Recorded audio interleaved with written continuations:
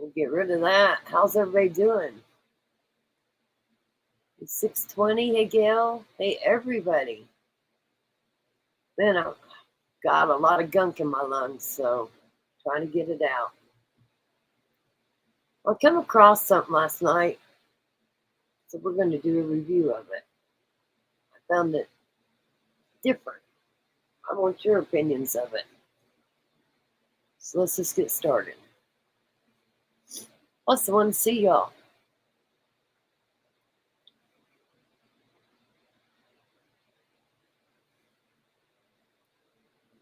Okay. This lady telling lies.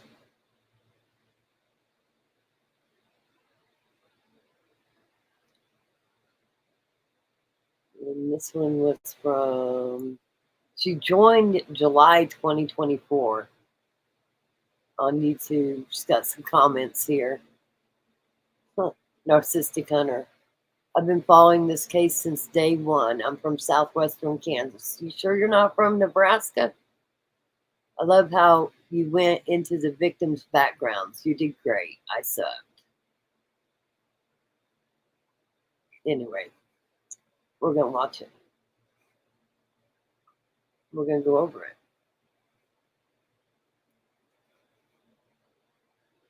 Discussing a case that is either going to trial very soon or is already on trial.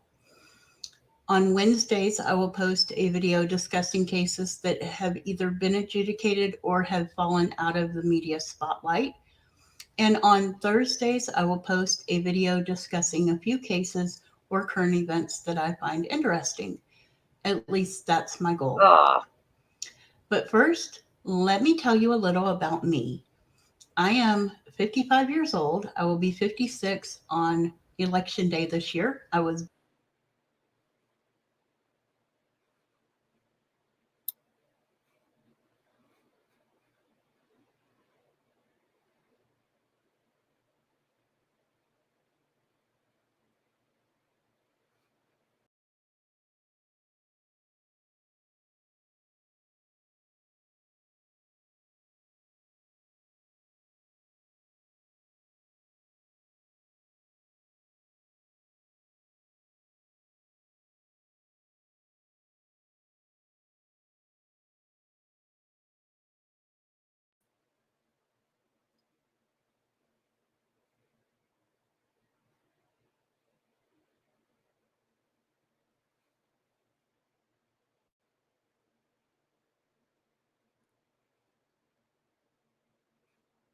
Let's try this again.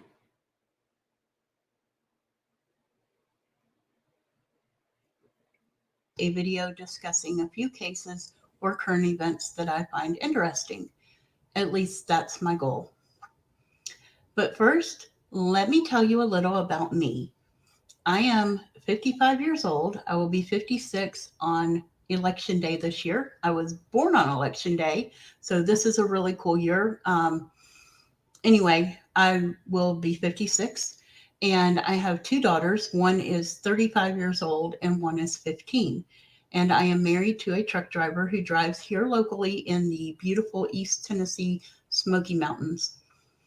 We have been married for 15 years, and we have 4 animals that you may see off and on in my videos. We are owned by 3 cats. Our youngest is Bug, who will be 2 on my birthday. One of the other ones is Princess Mimi, who is 6, and Gizmo is 8 years old. And I'm gonna skip on over whatever all this is. Anxiety. He's missing a bunch of his teeth. Let's get into this case that we're covering today. This case has been referred to as in the media by 2 different names. One is the Kansas mom's murder, because the case, the 2 victims are from Hugoton, Kansas. Exactly. Too much information. And it's I didn't need all that. Also been referred to as God's misfit murders. The 2 women who were murdered are from Hugoton, but the murders took place in the Guymon area of Oklahoma, which is in the Panhandle. We will start with the first victim, the younger, is Veronica Claire Butler. She was 27 years old. She was born on February 28th, 1997 in Guyman, Oklahoma. Her parents are Clinton and Amanda, and she has a brother, but his name was not found. I couldn't find his name in the research that I did, and I don't know if he is older or younger than Veronica. But Clinton and Amanda divorced at some point in. Yeah, I got that too. But there is no misfits, remember? But yeah, it's weird. And it's also been referred to as God's misfit murders. Um, the two women who were murdered are from Hugoton, but the murders took place in the Guyman area of Oklahoma, which is in the Panhandle. We will start with the first victim, the younger, is Veronica Claire Butler. She was 27 years old. She was born on February 28th, 1997 in Guyman, Oklahoma. Her parents are Clinton and Amanda, and she has a brother, but his name was not found. I couldn't find his name in the research that I did, and I don't know if he is older or younger than Veronica. But Clinton and Amanda divorced at some point in their childhood, in Veronica and her brother's childhood, and then they both remarried other people, but they all stayed in the Guyman area so that Clinton and Amanda could co-parent their two children. Veronica attended Yarborough High School in Oklahoma, and she was her class valedictorian. She then went on to obtain her CNA, which is a certified nursing assistant certificate. And she was at the time of her death, she was enrolled at Seward County Community College studying surgical technology. Veronica loved cooking and baking and learned those skills from her mother. And her favorite thing to cook, or I guess her most quote unquote famous thing to cook for her, was her biscuits and gravy. And man, that sounds good to me. I love biscuits and gravy. Anyway, Veronica is described by friends and family as very kind and loving and caring, making her a good nurse or nursing assistant. And she had two children, a boy who was 8 at the time and a daughter who was 6. And actually, I don't know if that day if March 30th, which is the day this all took place of 2024, was her actual birthday, but they were going to a birthday party for her that day. So anyway, so that is Veronica. Now, the kids had a dad, and his name is Wrangler Rickman. And he lived in the Guyman, Oklahoma area also. He and Veronica had a very toxic relationship. And they would often break up and then get back together and then break up again and then get back together. And that relationship was also at times abusive on Wrangler's part. And once they finally broke up for good in 2020, Wrangler dated another girl who actually filed charges against him for domestic violence. I don't believe that Veronica ever did, but the new girlfriend did. So that shows the nature of Wrangler. So anyway, Wrangler and Veronica had their own. So off that little bit, that shows the nature of Wrangler. Like, I don't understand where this lady's coming from. So we're just going to keep going. Kind of custody agreement between themselves. Veronica had physical custody of the children, and Wrangler had weekly visits with them. And that was going well. But then they changed the order or the agreement where Veronica would have the kids for 1 week, and then Wrangler would have them for a week, and they would go back and forth that way. And that seemed to do well for a while. But at some point, Veronica, I don't know what happened to her. I'm not going to speak ill of her because she has passed away. And but at some point she took the kids and moved to Colorado without So, where's all the hate? Hmm, interesting. telling anyone where she was going or that she was going. Big no. She shouldn't have done that. And she actually did that 4 more times over the next 2 years. So by the time she got back and Wrangler could do so, he sued her for. I wanted to say this whole thing, I don't know why it showed up on mine. Like I said, this lady just started a YouTube channel in July of 2024.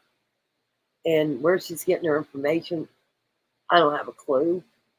But I find it strange that somebody that's been following the case, like Narcissistic Hunter on there, thinks she's did a good job and keep up the good work, and she's subbed to her. Y'all tell me what you think when you catch something. Let me know, because I caught quite a few things. For full physical custody of the children. And when they went to court, he had several witnesses to testify for him. She's just some lady out of Tennessee that decided to start a YouTube channel and decided she was going to cover this case 3 weeks ago. That's the best I can tell you. One of those witnesses was a CPS worker who testified that Veronica would often report Wrangler for abuse of the children, but they would investigate it and couldn't find any evidence of abuse. He also stated that Wrangler stated that when Veronica would return the kids to him after her week, they would be dirty and hungry. And when it was her week to have them, they would not want to go with her. He also told the court that Veronica would often leave the kids with his grandmother, so the kid's great grandmother, and the great grandmother would make the little girl do chores. Now, the little girl at the time was 2 years old, and the great grandmother would make her do one of the chores, which was to feed and water the turkeys that the great grandmother owned. I did a little bit of research about the turkeys. It's not a really big part of the case, but I thought I would check because that seemed kind of strange that she would have a 2-year-old taking care of turkeys. And sure enough, turkeys are aggressive. And that is evidenced by the peck marks that the little girl had up and down her arms and legs from the turkeys pecking at her. There was also an incident where the little boy had been bitten by a dog in the face, and Veronica failed to get him medical attention. She also failed to make sure that the dog was up to date on its shots. So some neglect, some irresponsibility on her part. And then, and I'm going to give a trigger warning here. It is also alleged, and it's only alleged. I have not found any evidence that this is true, but it is alleged that Veronica's brother had SA'd the children. And not only did Veronica continue to let him be around her children, she didn't do anything about it. She didn't take it seriously at all. So due to those allegations, Wrangler was granted full custody. That was in 2021, I believe. But it may have been in 2022. I couldn't find. Those records are sealed. And so I believe it was either late 2021 or sometime early 2022 when that custody hearing took place. Like I said, Wrangler was granted full custody, and Veronica was given weekly supervised visitation. And she had to go. She was at the time she was living in Hugoton, Kansas, and she had to go to Oklahoma to visit with the kids each Saturday. Now, the day that this happened, well, let me go back a little bit. Wrangler got into some trouble at some point, sometime after that hearing. He was arrested for possession and distribution of a controlled substance and possession of a firearm by a convicted felon. So he had obviously been in trouble before, and he then went to prison. And he didn't go to prison. He went to jail. So again, I don't know where this lady's getting her information, but even her dates are wrong. She says he got out of prison on the 16th and then went to rehab on the 22nd. No, he got straight out of jail on the 22nd and went straight to rehab. When he went to prison, his mother took custody of the two kids. Wrangler got out of prison on March 16th of 2022, or I'm sorry, 2024, but then he was ordered to report for drug and alcohol rehabilitation, a 6-month program by court order. And that he had to report there on March 22nd, which he did. And that rehab center was 5 hours from his home. So he is not involved in the murders at all, in the physical part of the murders anyway. There's really no evidence that he was involved at all. But anyway, so we've talked about Veronica and Wrangler. So let's talk about the other victim in this case. Her name is Jilian Kelley. Now, Jilian was born on June 3rd, 1984 in Nebraska to Theodore and Kelley Ann. And then in October of 2002, she married Heath Kelley, who was a pastor. And at some point after that, they moved from their home in Nebraska to Hugoton, Kansas. And Heath became the pastor of Hugoton First Christian Church, where he served as pastor and Kelley served as the church secretary.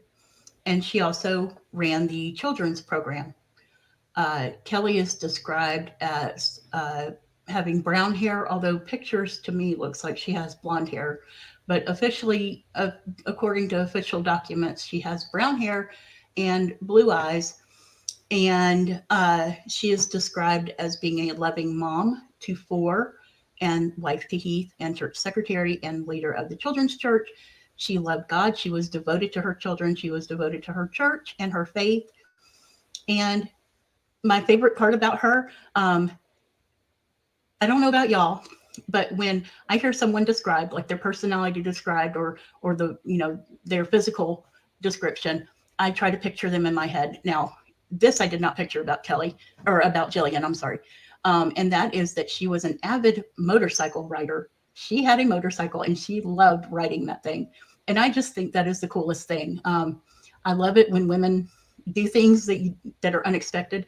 And that, to me, that's really cool that she's church secretary and mom of 4 and an avid motorcycle rider. So that's my favorite thing about her.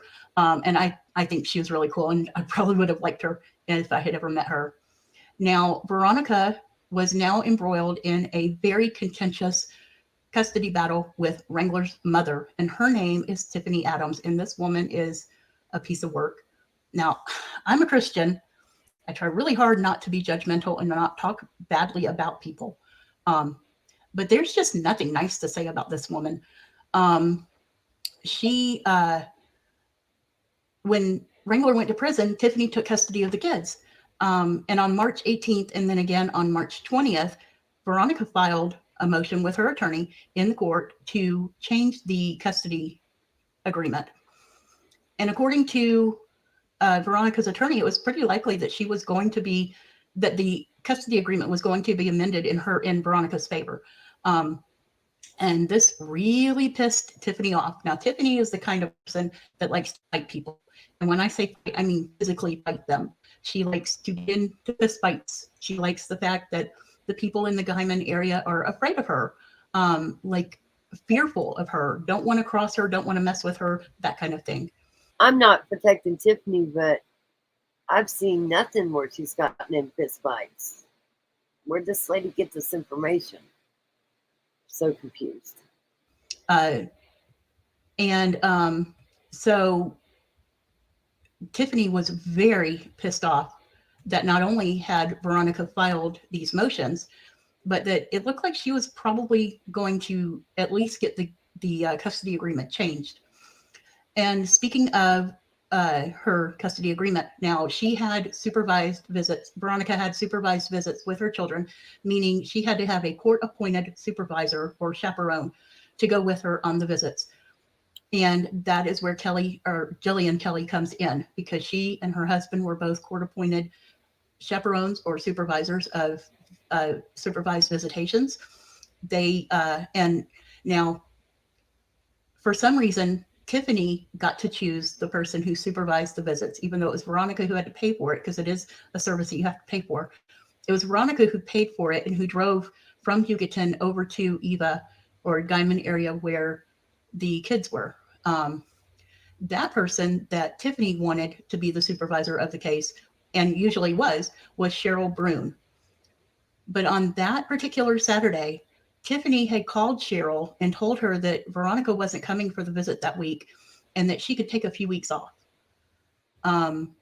She then called Veronica and told Veronica that Cheryl wasn't available to go with her that week, and she would need to get one of the other case supervisor or one of the other chaperones to come with her. And so that is why Jilian was with Veronica that day.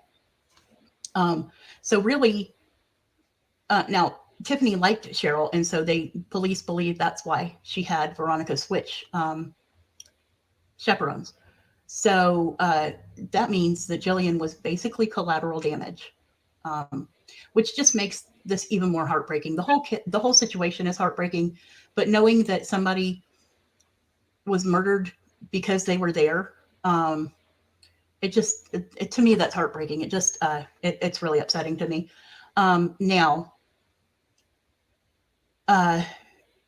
So Veronica and Jilian were due to leave Hugoton at 9:00 on that Saturday, March 30th, which they did. Veronica picked up Jilian and they left Hugoton. And they know this because there is a phone call that was made from Tiffany to Veronica verifying what time they were meeting and where. And so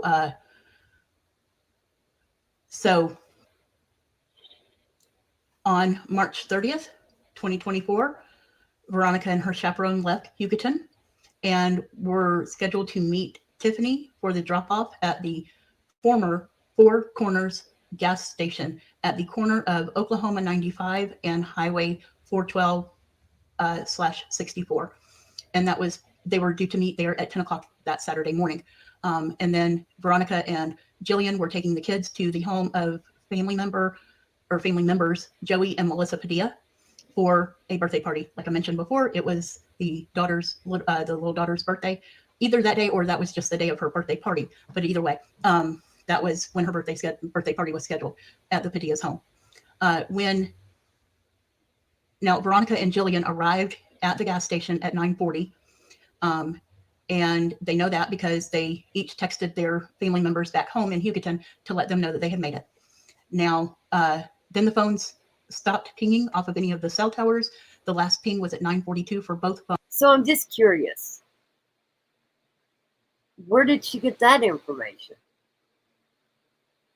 Has anybody seen where they made it to the gas station and they text their family? Because I never saw that. Did I miss it? Are you guys still there? Are you still with me? Let's listen to that again, because... And that was, they were due to meet there at 10:00 that Saturday morning. And then Veronica and Jilian were taking the kids to the home of family members, Joey and Melissa Padilla, for a birthday party. Like I mentioned before, it was the daughter's. As a matter of fact, this is a reaction video. I don't know who this lady is, but I thought the whole reason that the aunt and uncle went looking for them is because they never showed up. I saw nothing. There wouldn't be a question whether it happened at L Road or not, if they showed up at Four Corners. So this lady's not going to make it very far if she don't start getting her facts straight. And to whoever said they were going to report it, I know you said you're going to report me. Report me for what? I'm just going over things that other people's went over that I hadn't had a chance to watch. And I know most of you watched me, so you haven't watched this either. The little daughter's birthday, either that day or that was just the day of her birthday party. But either way, that was when her birthday party was scheduled at the Padilla's home. Now Veronica and Jilian arrived at the gas station at 9:40. And they know that because they each texted their family members back home in Hugoton to let them know that they had made it. Now, then the phones stopped pinging off of any of the cell towers. The last ping was at 9:42 for both phones, which means that the phones were turned off. This case is just, it's senseless. Now, the area where this gas station is, I looked at a map. It looks like there's a house across the street from this gas station. Like I said, the gas station is abandoned now. And then that's it. There are homes every few miles, but they are, off in the distance. It is a rural farm land. Farms. And actually across the street, on the other side of the street, is a big building, and the farmer's in it every day. I don't know what all he does over there. I don't know if he fixes machinery or what, but it's a huge building. As far as the eye can see. And so anyway, like I said, the phones quit pinging at 9:42 that morning. And when Veronica and Jilian had not arrived at the Padilla's home for the party at the scheduled time, they got worried and they drove out to where Veronica and Jilian were meeting Tiffany for the drop-off. They did not see anything there. There was no evidence that they had been there. And so they started driving around, and at 12:09 p.m., they contacted the local police. When the police arrived, they searched the area and they found Veronica's SUV 5 miles down Highway 90 or Oklahoma 95 at the corner of Oklahoma 95 and Road L, which is a desolate area. It's abandoned. There's nothing there. The vehicle was abandoned and there was no sign of Veronica or Jilian. However, they saw a large amount of blood, which indicated there was abandoned. It's cattle country. There's a lot of cattle. There's farms. That there had been a severe injury. They found Veronica's glasses. They found her purse, and inside the purse they found an empty gun magazine, but no gun. And next to her glasses, they found a broken hammer along with all this blood. The local police immediately called in OSBI, which is the Oklahoma State Bureau of Investigation, and had them help in the search for the two missing women. There was no sign of them other than the blood and the few personal items of Veronica's. Family back in Hugoton also had called local police when they couldn't get in touch with the two women. And then some of those family members drove out to Oklahoma, out to the Guyman area to help in the search. When the police OSBI immediately suspected Tiffany because of the custody battle over the two children, and they brought her in to question her, and she immediately admitted to everything, to planning everything. Now, what she told OSBI was that the children had spent the night of March 29th, which was Friday, with family friends Barrett and Lacey Cook. Tiffany was going to pick up the kids the next morning before meeting Veronica. She stated that she called Veronica at 9 a.m. On Saturday morning to confirm the time and place of the drop-off, but was told by Veronica that something had come up and she wasn't going to make it. And cell phone records confirm that a phone call was made from Tiffany's home to Veronica's phone in Hugoton, Kansas. Tiffany also told law enforcement that she had been at home when Veronica and Jilian went missing. She stated that she had picked up the children from the cook's home at just before noon. OSBI spoke with Cheryl Brune, who was the usual chaperone for Veronica, who stated she had been called by Tiffany, who told her to take a few weeks off of the visitations. Cell phone records for Veronica's and Jillian's phones confirmed that their devices were active until approximately 9:42 a.m. in Oklahoma, and then no further activity was shown on their devices after that time. And neither phone was found at the scene and have never been found. Tiffany was the last known person to communicate with Veronica. Child custody case records indicate that Rickman had discussed death threats. Rickman is Wrangler. I'm sorry. That Wrangler Rickman had discussed death threats made by Tiffany and Tiffany's boyfriend, Tad Cullum, And as I mentioned before, Veronica and her attorney had filed motions to change the custody agreement, and it looked like that was going to happen. Now, as a side note, just some more information about Tiffany and Wrangler. Law enforcement had previously responded to a call for service at Tiffany's home. Tiffany had refused to give Wrangler his children, and the law enforcement told Wrangler that he believed that the kids were better off with Tiffany. And then also a side note, Debbie Knox Davis, the grandmother to Wrangler. Now, I don't know if this is the one who let the 2-year-old feed the turkeys or not, but Wrangler's grandmother told OSBI that in late February 2024, Wrangler told her that they didn't have to worry about the custody battle much longer because Tiffany had it under control and that we will take care of Veronica at drop-off. When questioned by OSBI, Wrangler denied ever having that conversation with his grandmother. On April 1st, so the day after the 2 women disappeared, OSBI agents obtained a search warrant for Tiffany's cell phone records, and that extraction showed web searches on her phone for things like taser pain levels, gun shops, prepaid cell phones, and then the entry, how to get someone out of their house. And that will come into play in just a minute. On April 3rd, OSBI interviewed a 16-year-old girl by the initials CW. Now, CW is the daughter of Cora Twombly and her ex-husband, Cody White. Cora is now married to Cole Twombly, and they are friends with Tiffany Adams and Tad Cullum, who is Tiffany's boyfriend. CW stated that she had overheard the group conversations related to Veronica not protecting her children from her brother, all in reference to the SA allegation. And CW told them that Tiffany, Tad, Cora, Cole, and another man named Paul Grice were involved in the deaths of Veronica and Jilian. She further stated that Tiffany had provided burner phones to use to communicate with each other so they wouldn't have to use their personal devices. And CW also confirmed that she had seen 2 phones that she had never seen before charging on her mother's nightstand one day. CW stated that the 5 friends were all part of an anti-government group called God's Misfits, and that they held regular meetings either at the Twombly home or at the home of Barrett and Lacey Cook. And if you'll remember, those are the people that supposedly Tiffany had let the 2 grandkids spend the night at their house the night before March 30th, so March 29th. CW stated that on March 29th, her mother, Cora, had come to her and told her that when she woke up the next day, they would not be there, but they would return shortly.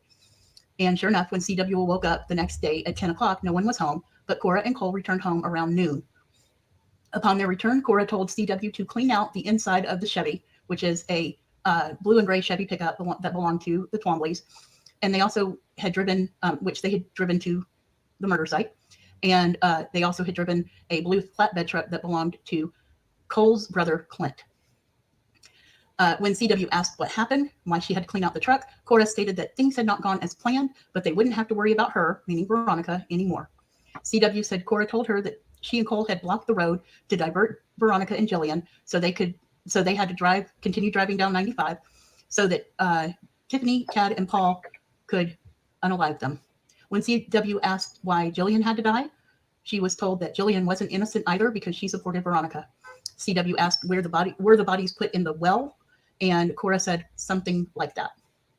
CW also stated that an attempt to unalive Veronica had been made in February near Hugoton, Kansas, that Tiffany, Tad, and Cora had gone there to unalive Veronica by luring her out of her home, hence the search for how to get someone out of their home, but were unable to get her to leave. According to Cora, the plan was to throw an anvil through Veronica's windshield while she was driving, making it look like an accident since, I'm not making this up, anvils fall off trucks all the time. Okay.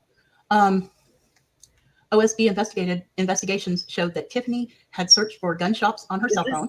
And a search of a local gun shop showed Tiffany buying 5 stun guns at a store called... Is this lady going too fast? Because listen, I don't know about you, but I can't listen to this whole thing at this speed.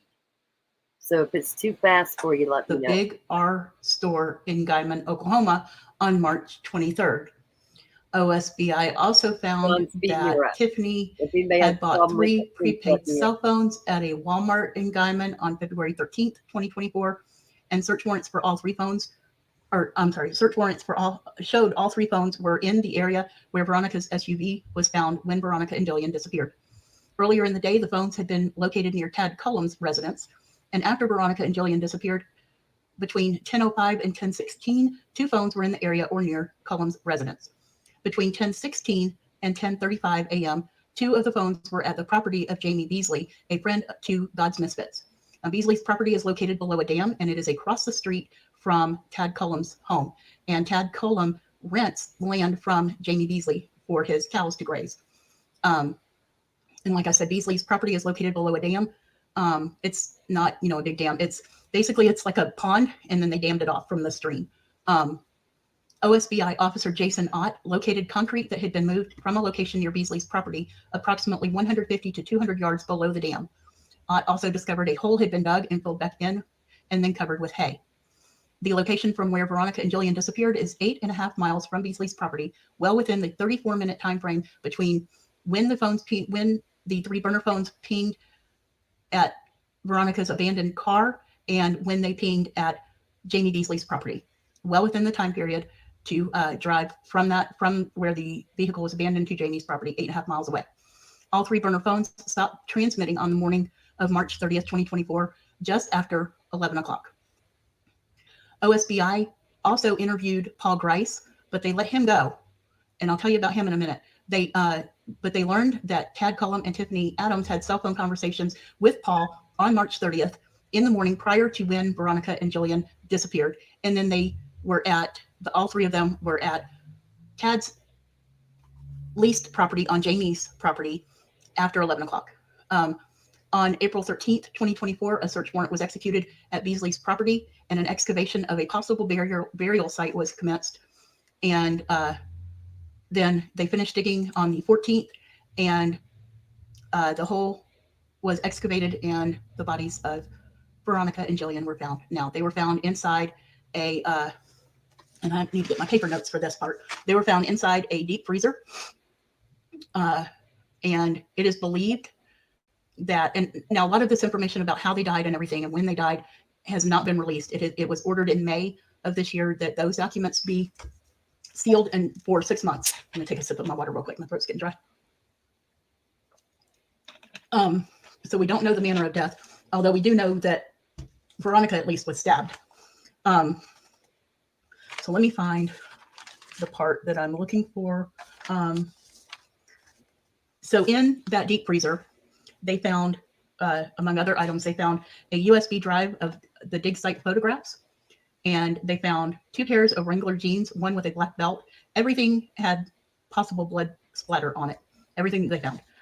They found a brown sweatshirt. They found a black hoodie, a reddish pink hoodie, a roll of duct tape, a pair of white Ariat socks, a gray t-shirt, a black handle from a saw, a Carhartt black jacket, 2 pairs of cloth gloves, a black K-bar knife in a sheath, a gray baseball cap and a blue and white baseball cap, a pair of blue and gray Skechers tennis shoes, a pair of tan Ariat boots, and a black taser/flashlight, a gray Dickies t-shirt, and electric.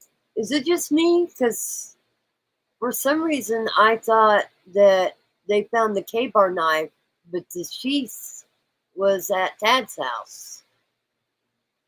I'm gonna have to go back and look at that. Does anybody remember that?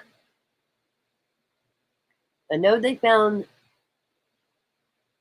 I don't think they found it all together, because some of the stuff for the K-bar knife was at Tad's house, right?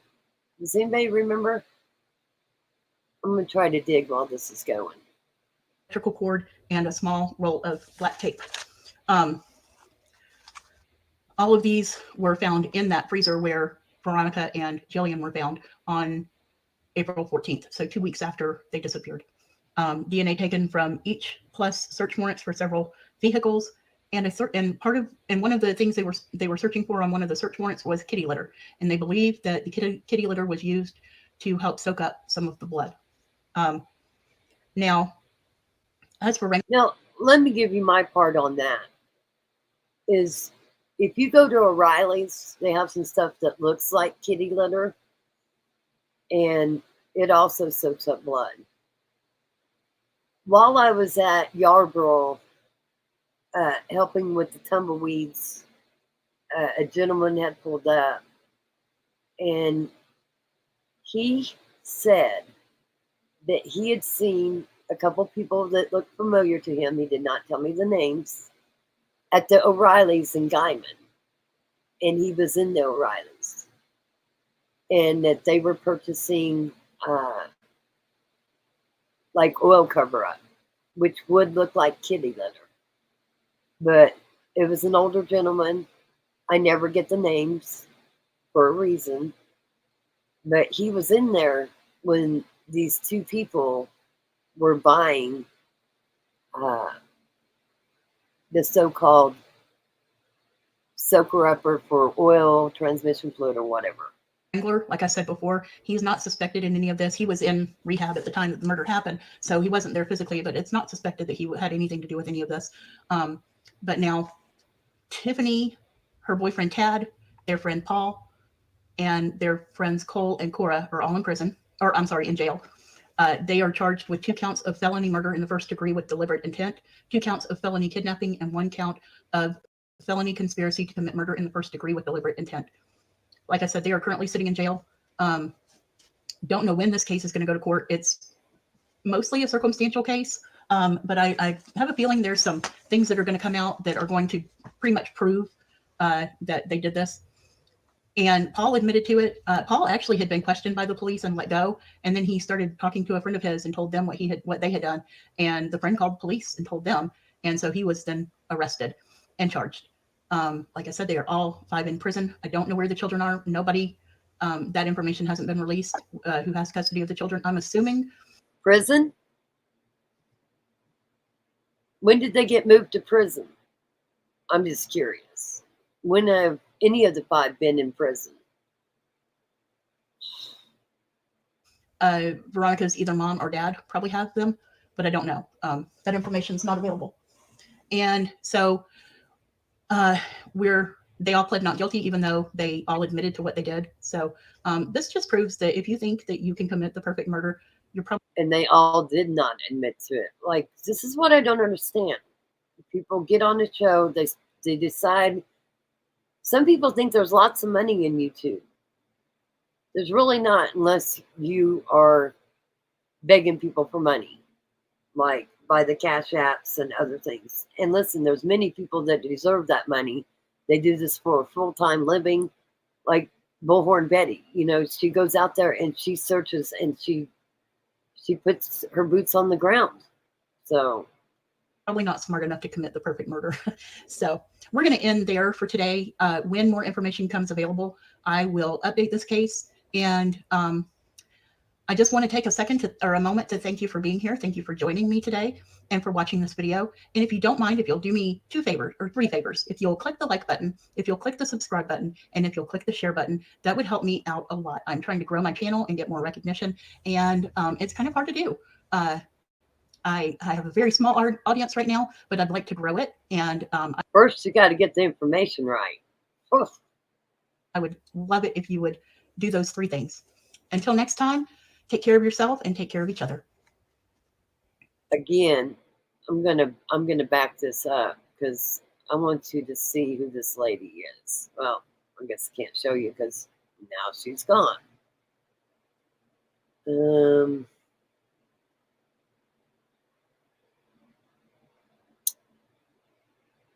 Anyway, she had just started her channel, like I said, in July.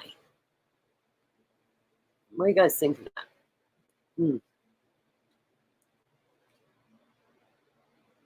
It's crazy. Now, one thing I haven't did is, again, I don't usually go over other people's channels and check it out, but let's go visit Joe. We're going to do a reaction on the special guest on another channel, Joe. Joe proceeds to say that he was on Tad's property searching. And I can go through and I can tell you everything about it. He also proceeds to say that him and the lady of the channel chased a charger, and it can be verified it wasn't a charger they chased. So I don't know. I've been wanting to do this for a while. Not trying to be nitpicky, but at least get the words right. Exactly. Telling Lies is the name of her channel. I agree. Like, I didn't watch the whole thing. I watched a little bit and I was like, you know what? I'm going to go back to where I want to go back and see other people, because I was night and day on this, and see what other people reported. Now I'm going to go to good old Joe. I'm going to go to good old Joe. And this is for entertainment purposes. This is just their opinion. This is my opinion. And, but I was boots on the ground. And this person that was with him was not, showed up on the Friday that he left. So they knew each other all of maybe 20 minutes. And I am going to pull that GoPro out and I'm going to play that whole video. I've just been waiting for things to calm down. But let's go there. Let's go there with this.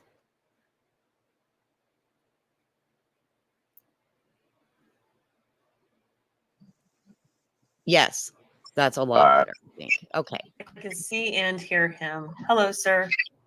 Hello. He's got a great voice now. Yes, and welcome, Joe. And again, welcome to everybody that's in the chat. We really appreciate you guys being here, taking your time this evening to listen to us and to, you know, to care about this case and about Veronica and Jilian and about their families. So again, thank you so much for being here and always being, you know, so respectful in our chats. We truly appreciate that. So with that, I'm gonna let Tara take over and we're gonna hear from Joe. How are you doing, Joe? I'm sweating. That's how I'm doing. I appreciate you putting up with us. The poor man has got such patience and tolerance. So just got done taking care of the horse that I had out there when y'all needed that done. 30-year-old. That's exactly where we're going. So Joe reached out to me on a Facebook post that I made expressing appreciation for Carrie and I doing the work that we do. And so Joe and I met. He is an impressive individual. I've not said that to him out loud on purpose. I wanted him to hear it here. He's an impressive individual. He's been through hell and back. And what I learned about him is that he was one of the first ones, if not the first, that was on site searching on horseback when all things went down. And so I asked. Okay, let me correct this. Okay. For one, I was headed down there and my friend had called and she wanted to go. I had no clue that Joe was going. Can't stand the guy, I'll be honest with you. But I'm going to point out his lies. This guy lies so much, it is pathetic. But we pulled in late. The sheriff met us at the gas station, took us over to the state fairgrounds. And I went by myself to the scene. So he wasn't one of the first on the scene. Oh, annoying. Him if he would come up and talk about his experiences and being on the horse and being out in those pastures in what he. And I don't know of him being a tracker. I'd like to know that information because his friend says he's not a tracker. So, wow. What he was going through at the time and what he went through after he went home, because it's an impactful experience. And so could you maybe ask him what happened the night he went home and what kind of chaos that was? He was going to unhook the trailer. Him and his boss that he worked for, because he did work for her. It was a nightmare. That's what we drug him on live for. That's why that's why we have him out here sweating in the heat in his truck, just waiting on us just to gap our way through this. So if you can, Joe, tell us about when you found out about the case. And we're going to be as kosher as you can. I know you and I have open conversations and that's cool. But when you found out about the case and how you ended up down in the Panhandle helping out and your specific skill, because your specific skill is very, very cool. I started tracking when I was 4, so kind of where it came from. But deer and coons for hunters and stuff. But being down there, you know, if you ain't got brush to look at, broken sticks, any sign. It's just straight field down there. So you really don't know where to start. You're going off of what everybody else is saying, and just what leads you can pick up. So, yeah, I was 3 miles from where they found the bodies. I left 3 days prior to them being found. So, there was. Let's correct that. Let's correct that. He left. Let me grab my calendar because I've got it all written down. He left on the same day that Carrie showed up. Oops. I mean, she uses that name, so that's the name I'm going to use. Okay. He left 3 days before the bodies was found. That is totally incorrect and total bullshit. Okay. And let me tell you why. We arrived, I have that we arrived the night of the 2nd. So that would have been April 2nd. I would have went that night. Wednesday, we would have went in and did more. I can't wait to go through and edit a lot of my stuff because it'll prove everything that he is saying is wrong. But anyway, he says he left 3 nights before they were found. Dude, you left on Friday, April 5th.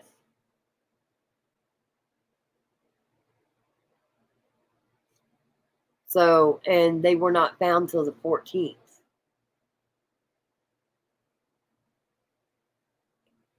And I don't understand that. He was gone. Listen, in that fight, there was some METH conversation going on. My friend's husband was telling her to get home. It was her truck and one of her horses and his trailer and his horse. But this is an absolute lie of 3 days before. And so that's what we drug him on live for. That's why we have him out here sweating in the heat in his truck, just waiting on us just to gap our way through this. So if you can, Joe, tell us about when you found out about the case, and we're going to be as kosher as you can. I know you and I have open conversations, and that's cool. Yes, but when ma'am. you found out about the case and how you ended up down in the Panhandle helping out, and your specific skill, because your specific skill is very, very cool. I started tracking when I was 4, so it's kind of where it came from.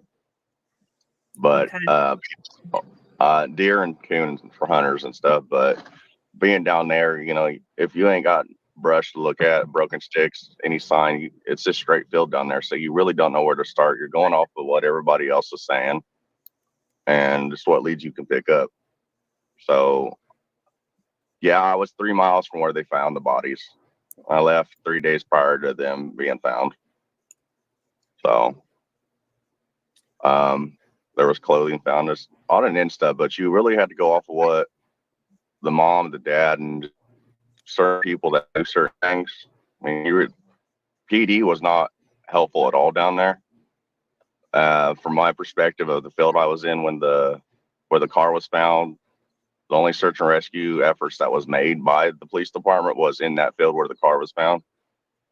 There's no other tracks anywhere else from law enforcement where I was at. I was on Tad's property for a good 2 hours, 3 hours, looking at that on a place of interest. Let me stop it there.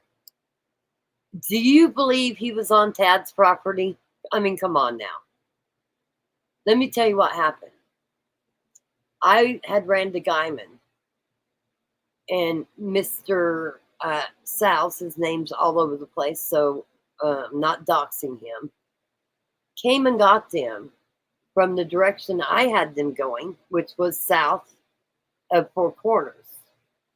He came and got them to go look at some leased land that Tad had leased from South. So he never was on Tad's property. We need to make sure that's right, because that's not right. And his skills, listen, I don't even want to get started on his skills because they have nothing to do with tracking. He can't even track a coyote that was eating all my friends' chickens, let alone anything else. That is my opinion. Tristan. Other than that, you just kind of had to go off of what everybody was saying. So there was something specific that you guys came across in, I think, the first few days. It was the Friday that me and Carrie chased that car down. Actually, when I came across that, is what you're talking about. And that was the Friday that you left, and I was in Guyman. I barely made it back, and Carrie was there, and you two jumped in a car to chase, and it was not a Charger. And she damn well knows it. It was not a Charger. Anyway, we're going to go on. Go ahead and Yeah, it was that day.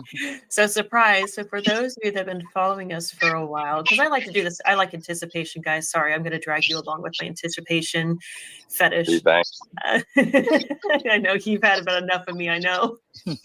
So for those of you that have been following us for a long time from the get-go, Carrie chased down a black Charger, figured out who was behind all of that. Joe was in the car with her during that whole exchange. It was not a Charger. It was a Camaro, and it belonged to a 19-year-old kid and his father. So I don't know why the person that it's their channel is not correcting it to make sure everything is correct. And because we didn't know how to get a hold of him, we didn't know how to contact him. This has been such a complete. Yeah, how come you couldn't get a hold of him? Because all hell broke loose right there at that command post. All hell broke loose.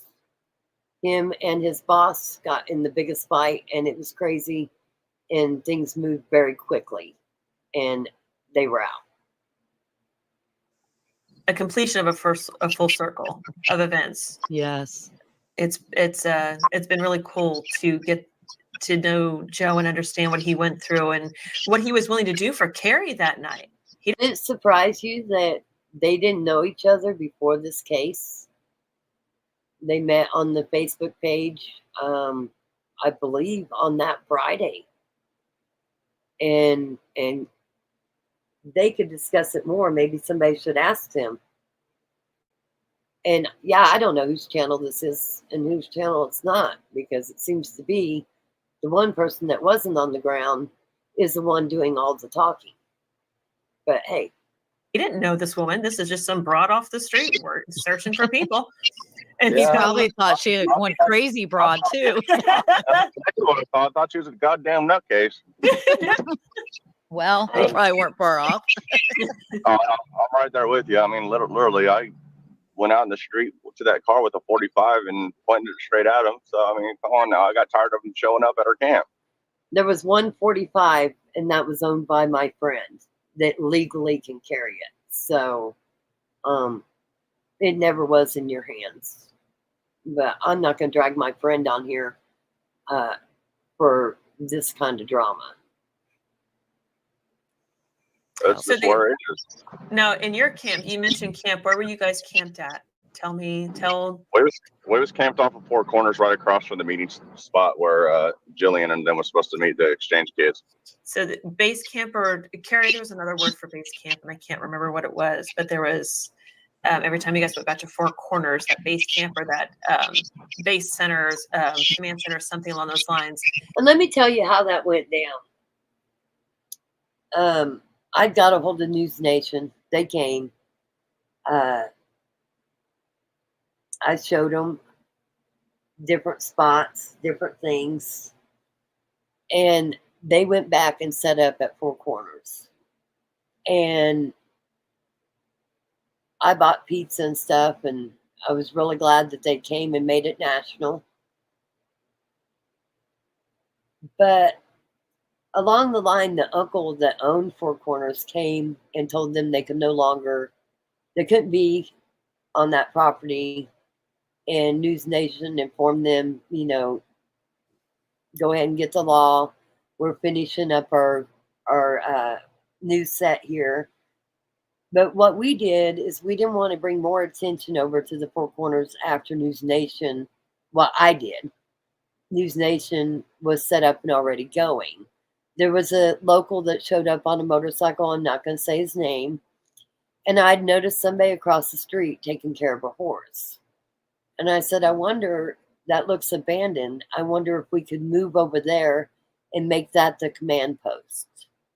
So we drove over, asked the guy, which was Sal's, a man by the name of Jose owns that property. And we were allowed to stay there. And that's where everybody would meet. At one point, we had 10, 12 friends of Veronica's that did come out and search. And they searched hard. They put a lot of effort into it, too. This was one of the command posts. There it is. Thank you. This is why I keep Joe around. He corrects me. He was one of the ones that was the main part of the command post. Yes. So this is huge to I remember hearing that. I remember hearing about the people on horseback. So you guys actually found there was a bag of clothing that was mentioned early on. You guys were the ones to find that, correct? Yes, ma'am. And earlier, they were searching around where the car was found. And I kept trying to get them to go down to Four Corners. This was the very first day of searching. And Joe jumped off his horse. All that's on video. I'm gonna release that too. He was gonna fight me. He informed me that he wasn't loading his horse up to go down there. And he said some other things that was not true about my friend, and saying that my friend had said some things that was not true. Anyway, we'll just keep going. And that is what, because of your tracking instincts, your tracking skills, that's what led you to go south from Four Corners to start searching. But what led him to go around the L area forever and a day? It, like I told him when I pulled up, it had already been searched. Why are we searching where the Reserve Fire Department had already had four-wheelers and they were already out there searching? Why are we searching the same spot? We need to go south. We need to go where Four Corners is. And that all is on video. What led me to go south was honestly the direction of the trailer that pulled out from I ain't trying to air this out. Yeah, and this is going to be wrong too, and I'm going to correct it as soon as he says it. I know News Nation knows about it, but the rancher I talked to you about, his Cowboys, is what led me to go south. And I don't know if you want to go into those Cowboys or not here, or maybe you want to do that later. That's up to you. I will not. I'm not going to go in that over air because there's I'm one of maybe 3 people that know about that conversation. And okay, one of 3 that might know of the conversation. I don't think so. You were on your horse riding, okay, and the trailer pulled up, and these guys were going to count their cattle, okay. The young gentleman was telling me what he saw. In the meantime, News Nation come over. It was Dan and then the reporter. And that's when he explained to us that the car was in the grass and not in the street. There was a lot going on. I immediately blocked that live, stopped it. But I don't know where he's getting his information other than overhearing it, because it surely, I can tell you right now that that rancher kid didn't speak to him. I can assure you, I got the video of it. He did not speak to him at all. He spoke to me. He spoke to News Nation after he spoke to me with me standing there. And yeah, never Joe. I'm not trying to air that out. So nope, you're good. like I said, it's you can tell me to stop at any point in time. I'm totally fine with that. So being out there and doing the work that you were doing, that had to have been quite a weight on your shoulders. Mentally, excuse my French, mentally mind fucked me when I got back. I ain't gonna lie. Like I told myself for months, I quit watching y'all's posts, everything, and I told myself I wasn't getting back involved. As a you, Terry, I kind of dealt with the same crap, but with law enforcement with my sister. She was shot and killed, which led to a lawsuit down in Olathe in 2017. Right. So, but the only reason I jumped back into this case because, you know, I met with the parents. I've met with them quite a few times. When did you meet with the parents? That's what I want to know. When did you meet with the parents? I'm going to have to go back and pull all that video because I know for a fact you hadn't been back down there. So you met with the parents? You might know them now, but you sure didn't know them then. Cousins and everything down there while I was down there. The women did nothing wrong to deserve this. Neither did the families. You know, what these people, yeah, they need to be tried all together, no matter what the outcome is. Yeah, they need to sit there and fry. I agree. I agree with that. That's my perspective, but I'm more backwoods humor than what it is usually when it comes to. You're more backwoods. You live in the middle, in the city, right by a major high school. You don't live in the backwoods. Like you have to pay, which you don't, to lease your horse, and you keep getting ran off from where you're leasing your horse because you can't afford to pay. This stuff. So We're liking that, sir. And you've got quite the fan base growing in the chat right now. Now you can't see the chat, but you've got quite I'll go back. Smile. You'll go back. You'll go back. Put your support in the chat. He's going to go back and read it, folks. That would be good. And that little Irish girl makes a good point. Just when you think you leave and you go home and you realize that's when that, what is it? Oh my gosh. Is that little Irish girl? Is that the little Irish girl from Elkhart that was down there? No, Bull. Stick around for that one. That one, that'll make you smile. When we get to talk about who little Irish girl is to us. She's very special to us. She was a big part of another case. I like Lucky Charms, don't get me wrong, so it shouldn't be a problem. Well, and I'm Irish, so. Well, crap. You just ruined my day. Yep, that's. And I left on April 11th. So I didn't pull into Wichita till about 4 in the morning. But I left on April 11th, and they wasn't found till the 14th. And let me tell you, Joe hadn't been back since April 5th. Now, he was still working for my friend, and they would call and see if there was anything new, if there was anything they could come help with. Well, she would.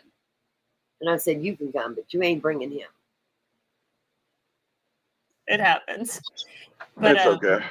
So there's little Irish girl is pointing out, just when you think you've left the situation, just when you think you're pulled away from it, you realize you're that much deeper than what you thought you were. So, and I had asked Joe if anybody had taken the time to recognize his efforts along with his partners, we're not going to get into who his partner is.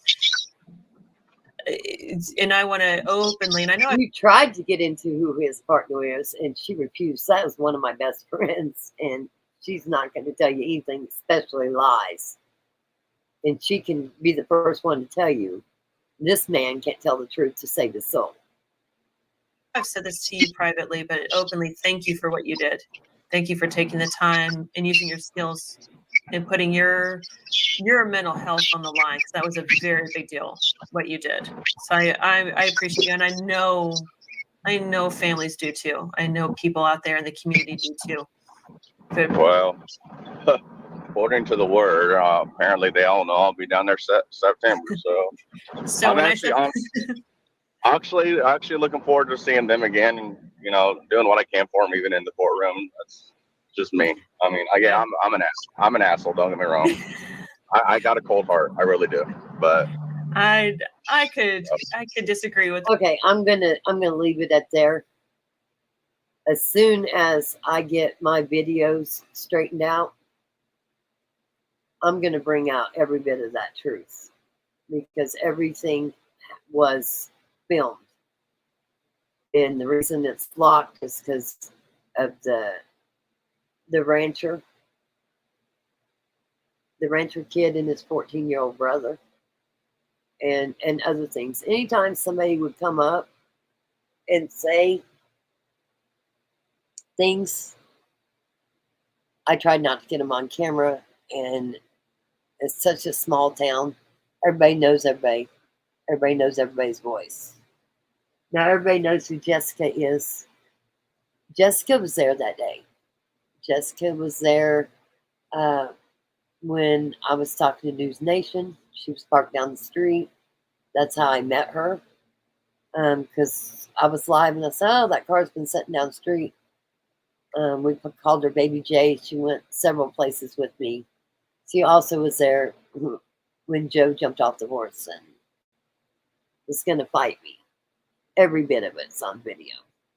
Anyway, with that said, we're just going to, I just wanted to follow that a little bit, because I am going to spend every minute I can learning how to edit the videos. And I will get you all the important parts that will put all this to shame. But how many people out there really thinks that Tad allowed them to run on his property? Yeah, I don't think that's possible. And it wasn't Tad's property anyway. And it wasn't Beasley's property either. So with that said, again, I'm just trying to go over stuff that was covered that isn't necessarily the truth.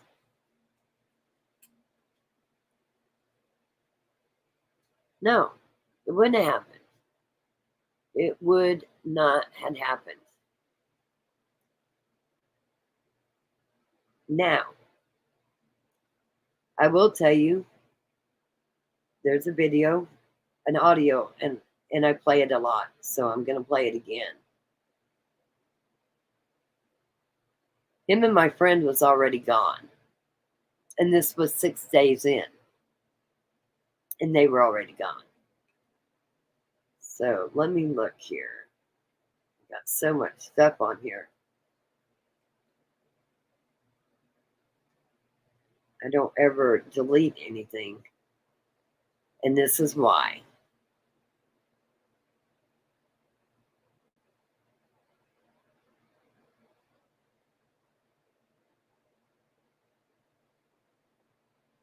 And let's see here.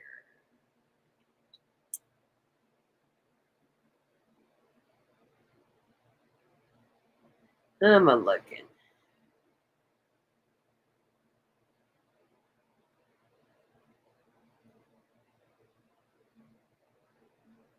All I can say is I hope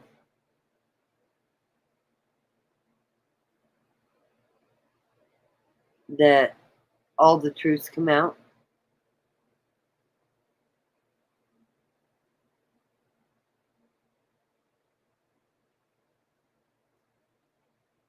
And I mean all the truths. If people knew stuff, like, did the police really know stuff the first day? And how did they know it? Was there blood seeping? How was their pictures taken? How was they shared? There's so much that, let's get this trial going. What exactly went down? What happened to these two women is horrible. It shouldn't have happened to either one of them.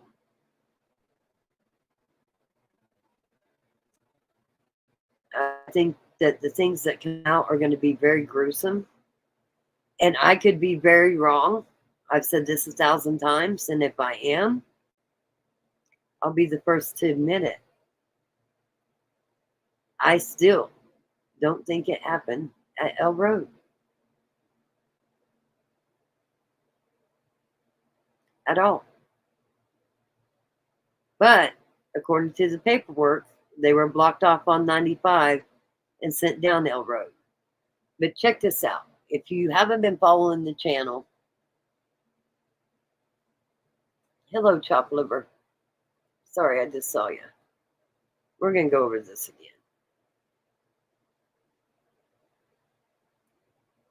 Oops, I got to turn it down.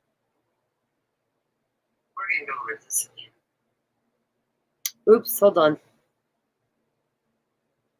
I got to turn it down. Let me stop my YouTube.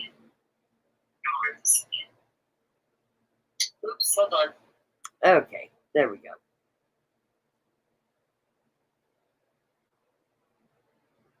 This flabbergasted me. But right now, everybody's keeping on the down low because they know what they can do. And everybody is scared shitless. Right now, they're getting ready to go right over here. If you guys don't believe me, just watch here a little bit. At Tiffany's? No. You're going to see some investigators hitting some ground that Tad leases. A friend of mine. Yeah. Out here? Yeah. I've already talked to the investigator. We saw a trailer sitting down there and all that shit. So he's going back to get his shit. See what I mean? Hell yeah. So sometimes it takes a farmer to figure shit out. Yeah, no doubt. Or be involved in it. That ain't normally there. And Who you're like, knows? oh, wait a minute. I bet he don't own that. Stock trailer like that. That was the first thing that detective asked. Oh yeah. I said, no, I think it's a small little pull tab. I said, but I could be wrong. I said, I don't think so. I don't think he owns a stock trailer. He owns a little horse trailer, I think. Pull tab. I said, all right.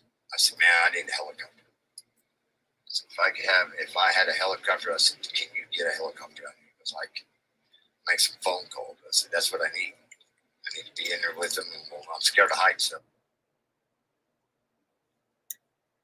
For some reason, it always stops right there.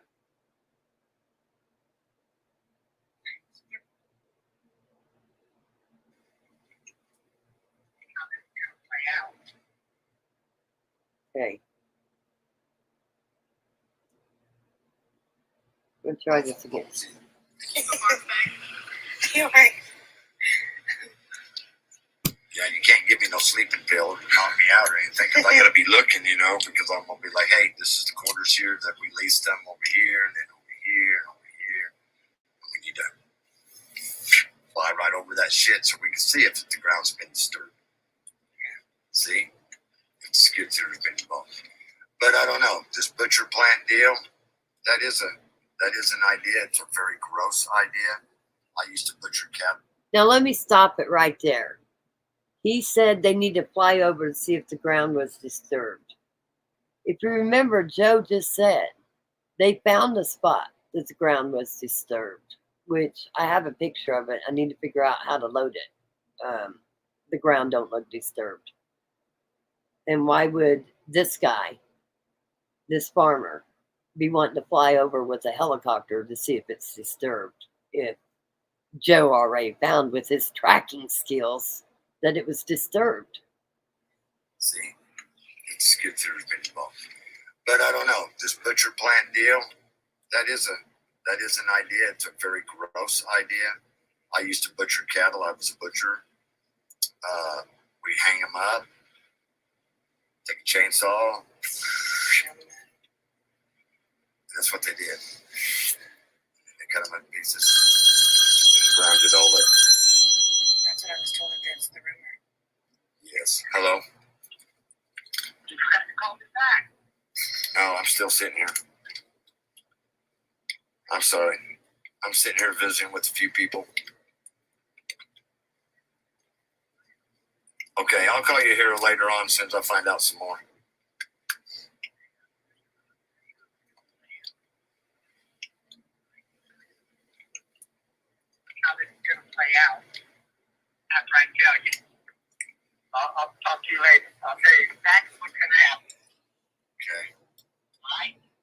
Now, I've asked this before. You guys have heard a lot. I want you to tell me who this sounds like.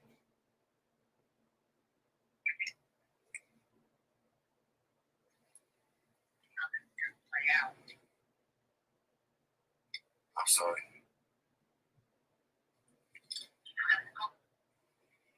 That's what they did. They cut them up in pieces and ground it all up. That's what I was told. That's the rumor. Yes. Hello? Damn sure does, Ostrich. I'm right there with you. No, I'm still sitting here. I'm sorry. I'm sitting here visiting with a few people. Okay, I'll call you here later on as soon as I find out some more.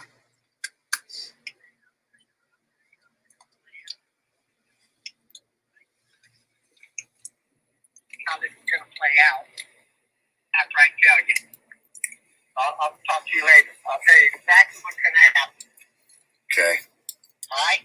All right. My uncle there was the one that helped me kind of do some of this, but my buddies from Colorado's the one.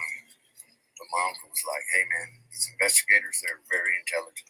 They go to school for this shit. Go pick them apart. So I told my buddy over here, I said, look, man, they're coming. Man, you got a paper trail too. I'm going to stop that right real quick. I want to show you guys something. And then I'll play it one more time. Because I want to know what you guys think that was on that call with Sal's.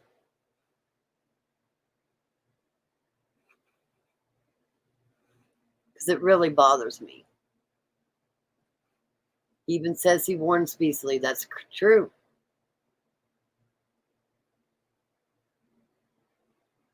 Let me go to this.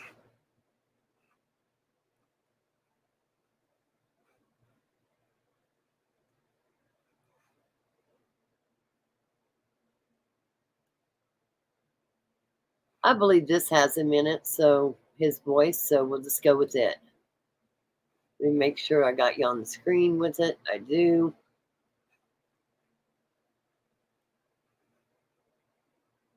And drove out there today, did a lot of looking about and asking questions, and he's live with me now. So, Brian, take me to that property. Tell me everything you know about the land, the landowner, and what you were able to see. Yeah, first of all, actually, bear with me with the weather because it's been crazy here on the Oklahoma-Kansas line. We had a wind advisory today. There was a tornado last night, and now there's another big storm moving in. So it's going to get a little wet, but I want to get to all of our points.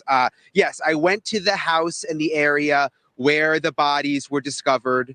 It's about 8.5 miles or so from where the mom's car was left in a very rural area. It is a piece of land that Tad was renting, was leasing out from an owner there.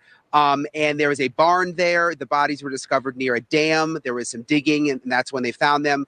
The owner I met with, he was crying when he was telling me the story. Totally shocked by all of this. Can't believe it. Can't believe this happened on his land. Was shocked when the police showed up and started digging. But that is where those women were found, Ashley. Okay, so now tell me, there's so much I want you to unload here, but you also got an interview today with Tad Cullum's business partner, who happens to be a municipal judge, who was coincidentally there at Tad's house while Tad's house was being raided. And then there's been a big twist tonight. Tell me everything that's happened. There is, and I'm going to get to the twist in a second because this is really crazy and goes back to the point that people here are very scared to talk. But yes, we talked to the municipal judge here. Happened to be walking by, got in the car with me and chatted. He is a good friend of Tad. He is a business associate. They were working together. He was at Tad's house when the SWAT team showed up. You remember Nancy Lou had that crazy video. The SWAT team showed up and he was there. He had a gun pointed at his face, he says. And he also knows a little bit about this group, the God's Misfits, the religious cult group. I asked the judge about it. Listen to what he told me, Ashley. When's the last time you saw Tad? I was there when they raided it. You were there. Tad and I have been working together the last month in a business. and I was down. Does anyone believe this judge? Because the way the paperwork read is the only people that was there was Paul Grice was there with Tad. Am I misunderstanding that? Correct me if I'm wrong. So this guy wouldn't have been there, but Paul Grice was. There when it was raided. What was that like? And then I've also been told he wasn't in Vietnam. Last month in a business, and I was down there when it was raided. What was that like? Being with a military past in Vietnam, it brought back some really bad memories. Looking down the barrel of those rifles, it was very hard for me. It brought back a lot of memories, a lot of bad things. Did you ever get a bad vibe from Tad? No. Tad was one of the nicest, funniest. I seen him almost on a daily basis this last month. We were working together. I couldn't even believe he was involved in it. What about Tiffany? I didn't see her a lot. I've known her for years. Always thought she was just a little bit out in left field. But again, just never believed that they would do this kind of thing. According to the affidavit, they were involved in this group, God's Misfits. Yes. What do you know about that? Never even heard of it until this come up. Knew zero, nothing about it. And what have you learned? To me, and what I've heard, and I can't say this for fact, what I've heard, it's kind of like a cult. A lot of cults use God as their background to justify what they're doing. To me, that's what it sounds like. Are they anti-government? Very, very anti-government. Okay, so in a very strange twist, Ashley, I just was notified. So very anti-government, but here they are with a judge. Okay. That judge was forced to resign after doing that interview with me this afternoon.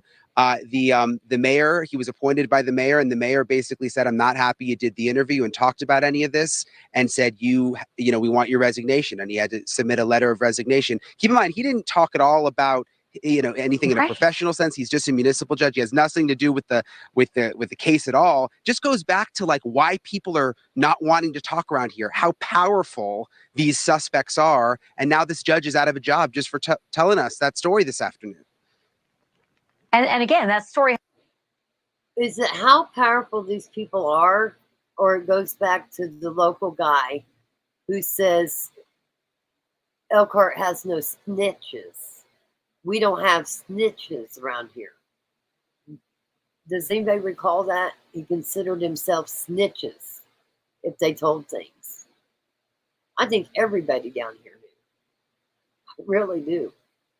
It has absolutely nothing to do with the murder or the evidence or anything, just the experience of what the arrest was. It's astounding. And I'm sorry, Brian, you're getting pelted with rain. I can't let you go, though. Did this judge know anything about Paul Grice, that fifth man that we are mystified about? Does he know him? Does he know why he wasn't arrested? Any info?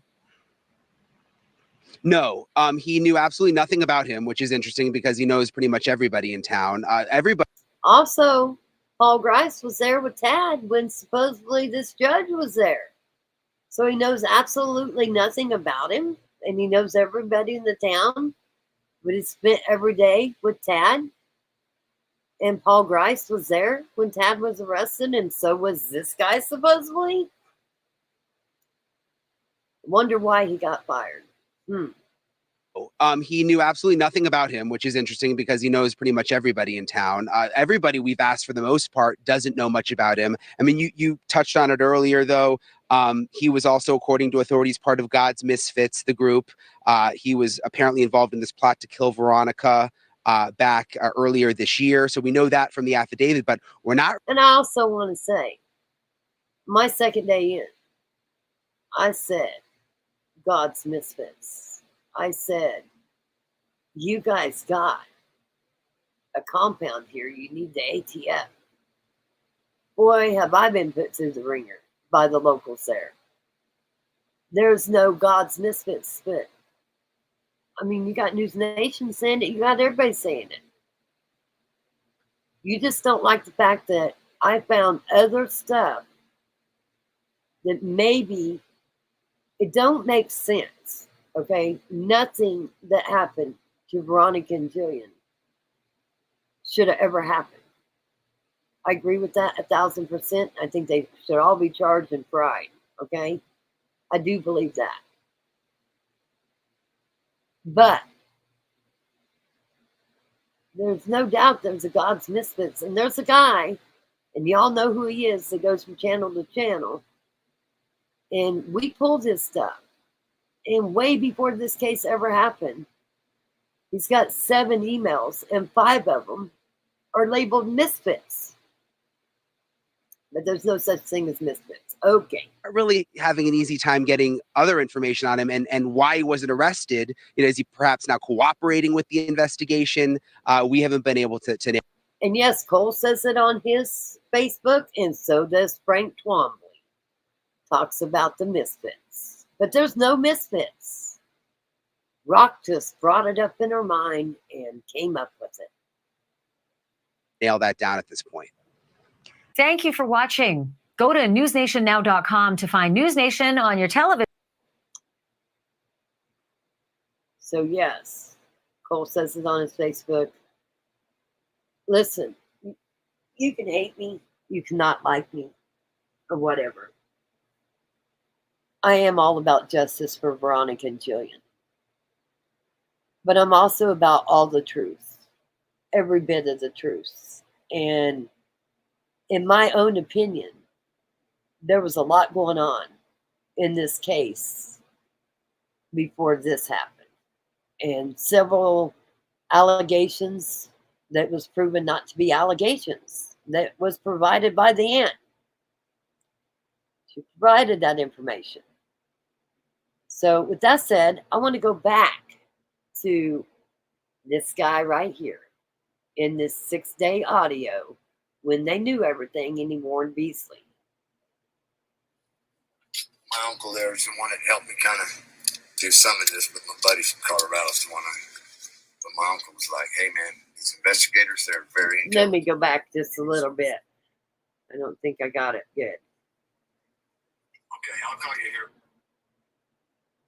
Yeah, it's a very gross idea.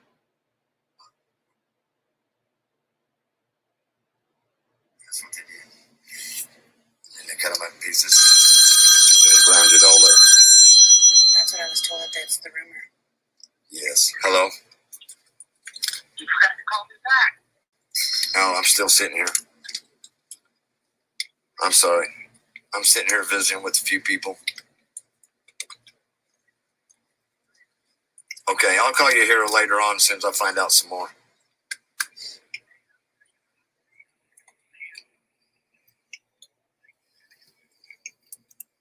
How this is going to play out after I tell you. I'll talk to you later. I'll tell you exactly what's going to happen. Okay. All right? All right. My uncle there is the one that helped me kind of do some of this, but my buddies from Colorado's the one but my uncle was like, hey man, these investigators, they're very intelligent. They go to school for this shit. They'll pick them apart. So I told my buddy over here, I said, look man, they're coming. Me and you got a paper trail to them. They farm my ground. They lease your ground. I don't know how you mean they got a paper trail towards us. I said, well, did they write you a check for the rent? Yeah. I said, there you go. So I had a weigh in right there. See what I'm saying? And he knows it. I mean, he knows they're coming. Because I told him, hey, they're coming to visit me and you because there's a paper trail. Well, I beat him to the punch. After he left, I was like, I got to make a phone call. So I did. So he is my friend, but I can only tell him so much that I know. But when he come to me about, hey, Chad come over and got his skid steer Saturday morning, blah, blah, blah. You don't think he had anything? I said, oh, no. I'm thinking, oh, shit. I said, oh, hey. Investigator's gonna be after mine and your ass. After he told me that, I told him investigator's gonna be after our ass because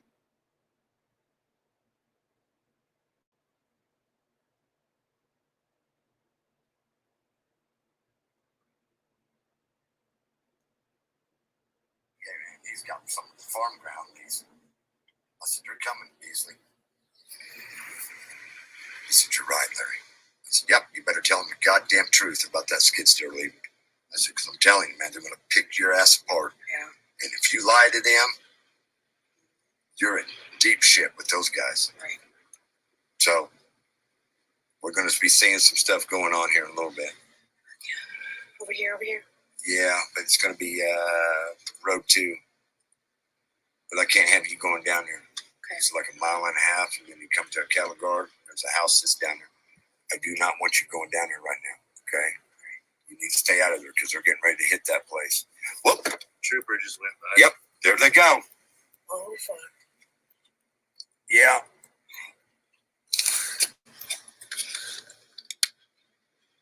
Yep.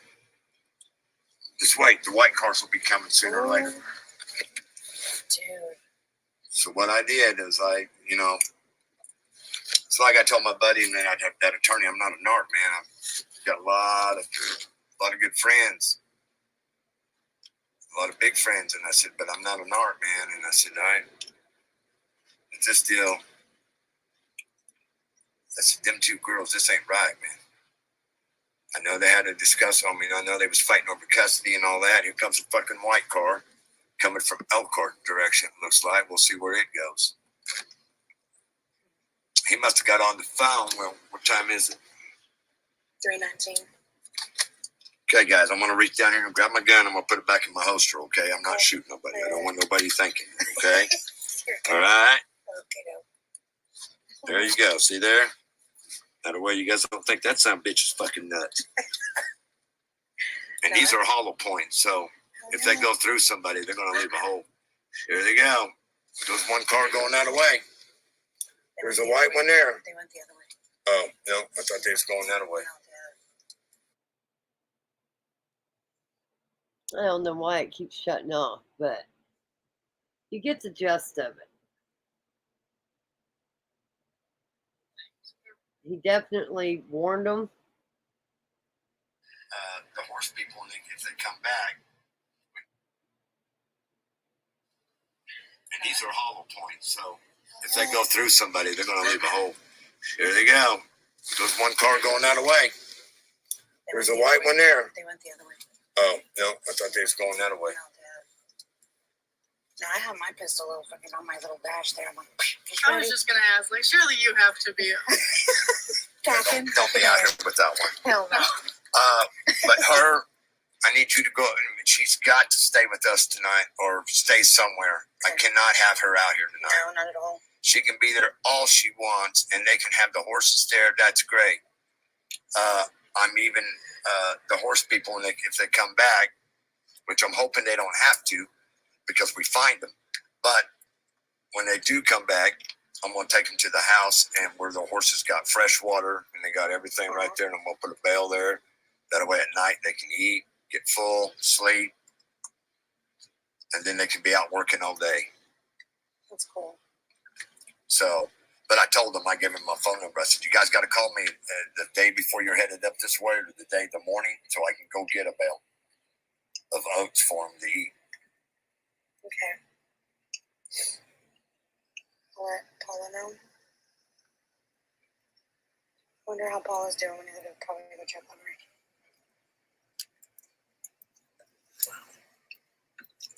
I have a feeling that they'll find her today. I think they're going to find her today. God willing. Today's Friday. Listen, I want you to hear this too. Wonder how Paula's doing when he'll probably go check on her.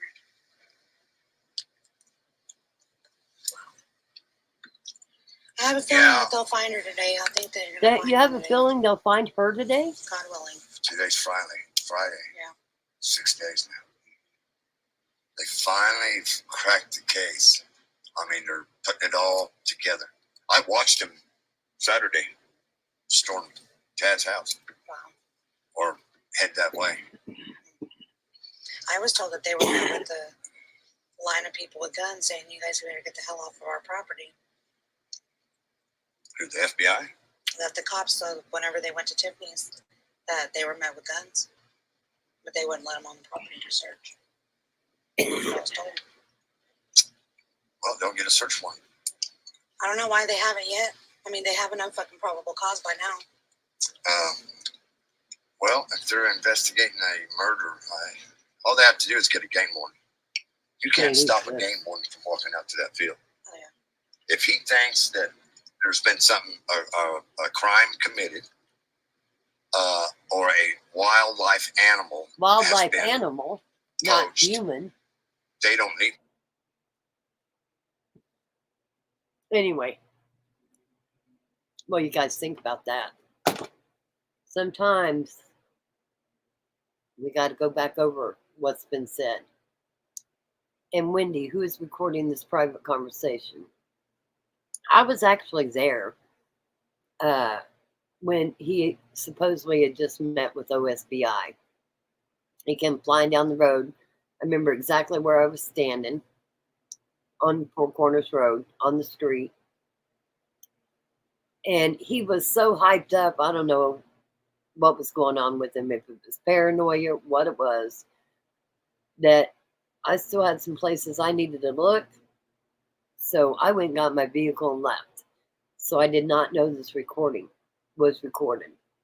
In the state of Oklahoma and the state of Kansas, you can record a conversation as long as you're a party to it and you do not have to let the other person know. So, and I never knew this video was out there until the aunt sent it to me one day.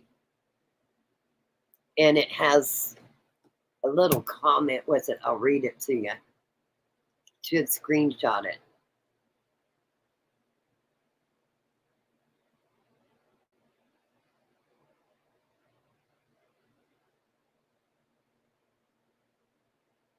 She says, the aunt says that Beasley knew. And she says on May 27th at 12:35 a.m., this is the aunt. When you get to feeling better, please message me. I've got a hold of something my sister never needs to know about that I need you to listen to because one has Larry Sal's basically threatening you, and two, not so sure it was Cora that called with Granny. Will make sense, I promise. Maybe you can do an audio breakdown of it. Also, chock full of a lot of info from Larry. From knowing nothing, he knew everything. So, sometimes we got to go back over things. So again, I ask, from that video, that audio, was it a woman's voice? Or was it that judge's voice? What do you think? He was sure in a hurry to talk to, I don't think it was his wife. When I originally heard it, I thought it was. But I personally think, my own opinion, that it was the Elkhart judge, Judge Forbes, which is no longer a judge. Because he's pretty hyped up. Why didn't you call me back? I'm still with people. I'm going to tell you how it's going to go down.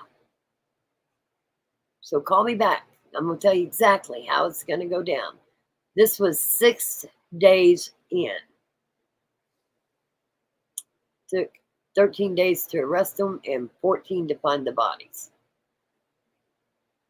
So sometimes we got to go back and re-listen to things. I was really sick when I went home.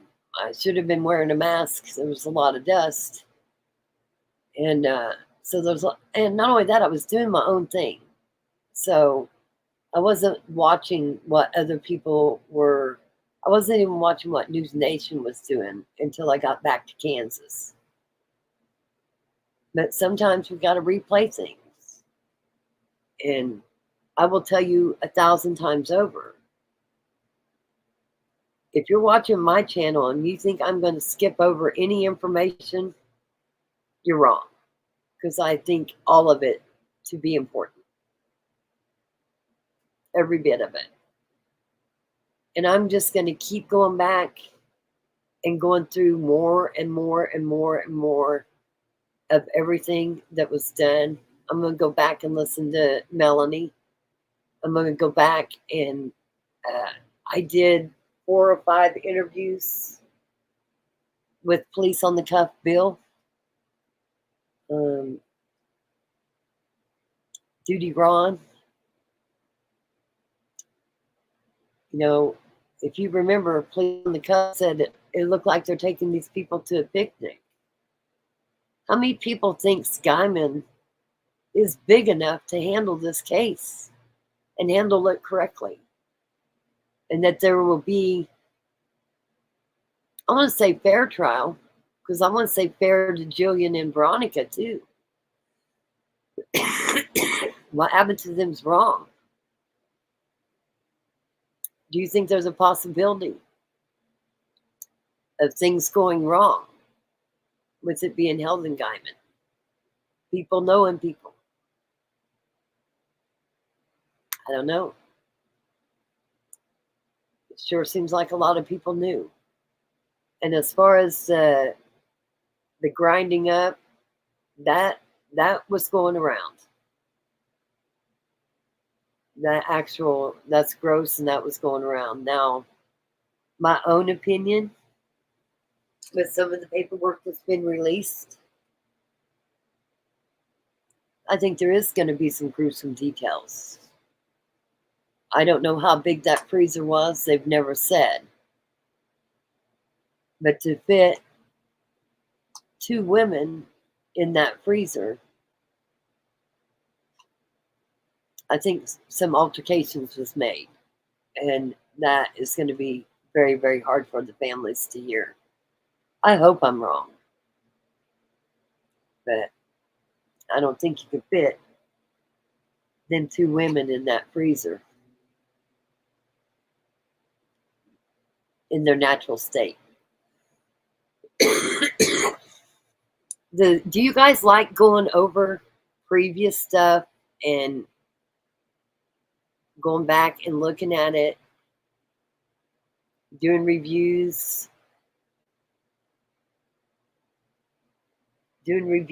of other creators and what they did? I mean, I think most of the creators do a very good job. I really do. And I think they work really hard at it. But I also think that you got to cover it all. You've got to cover it all. You can't pick and choose in a case what you're going to cover and what you're not. I don't understand that. And it seems like every time, I don't know about you guys, thanks Debsy, is the more I go back and replay, the more I learn. And that's what you're saying, Deb. Yes, you learn a lot more information when you go back and look and listen.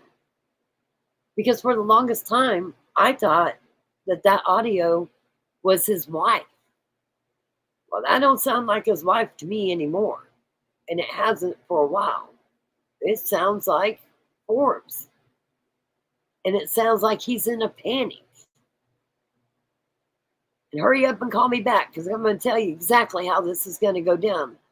His wife wouldn't know to tell him that. No, would he? I don't think so. Well, that was going on. I want to play something else, because there was another farmer involved. But we've kept his name pretty clear out of it. Hold on. We've kept him pretty clear out of it. So I'm going to see here. And you guys tell me if you know who this guy is.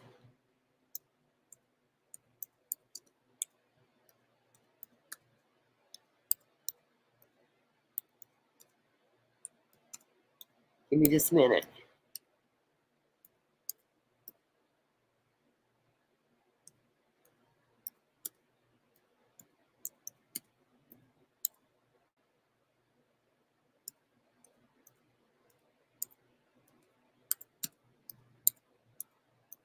Hopefully I can find it quickly.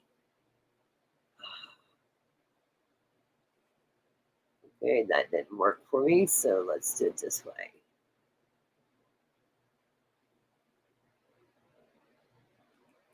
Okay.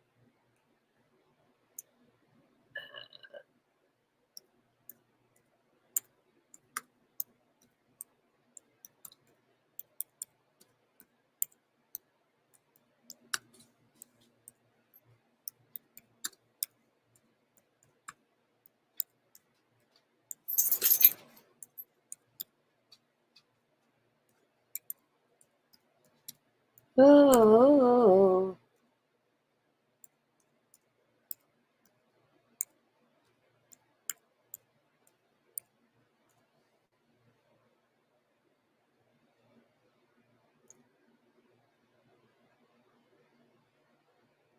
Okay, I believe this is it. Okay, this. It is. You guys probably know this guy too.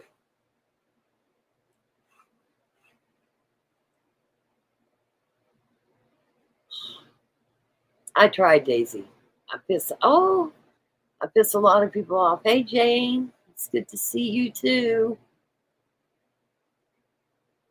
Now let's go with this guy. This guy spent every night, and I didn't go into it with Joe's video because he literally was not sitting right there. I always carry lawn chairs in the back of my car. I was sitting in a lawn chair. This young man of 14 years of age was sitting with me. And his dad kept going to the bathroom. And every time his dad went to the bathroom, this young man would tell me stuff. And he knew an awful lot. And I felt like while I was down there, they always wanted to know where I was at, whether they were calling, following me. They wanted to know exactly what I was finding out and what I was doing. So, let's go. It is a busy time of year in rural Oklahoma for lifelong farmers like Larry Williams and his son Colby. It's interesting out here. You're moving the cattle, you're harvesting the wheat. It feels so American, yet there's something. Let's go back here. Because I saw this guy every night with his kid. It is a busy time of year in rural Oklahoma for lifelong farmers like Larry Williams and his son Colby. It's interesting out here. You're moving the cattle, you're harvesting the wheat. It feels so American, yet there's something nefarious happening not far from here with the Chinese. Right, yeah. Being out here all your life, you see things that you feel that are suspicious, you know? Suspicious is an understatement to describe what is secretly happening here in Middle America. Illegal weed growing operations. Not run by Americans, but by the Chinese. Oklahoma law enforcement shutting down, on average, 15 of the illegal grow houses every single day. They say the illegal Chinese growers come across the southern U.S.-Mexico border and then travel to Oklahoma to work at the black market grow houses. Larry showed us they're right down the road from his land. All right, here's one of the Chinese places right here, and they just built this barn in the last 8 months, and the door's open, by the way. Let me stop and blow my horn, see if anybody comes out. Yeah. Okay. I do see a dog. There's a dog. That tells me somebody's here. No one came out. The truck out front was not here yesterday. I've heard of stories that they're heavily armed with AK-47s. I mean, I don't want to pull in there and find out the hard way. State law enforcement says this drone video from another Oklahoma Chinese grow house shows people rushing to hide marijuana when police showed up, hiding the illegal pot in a shed.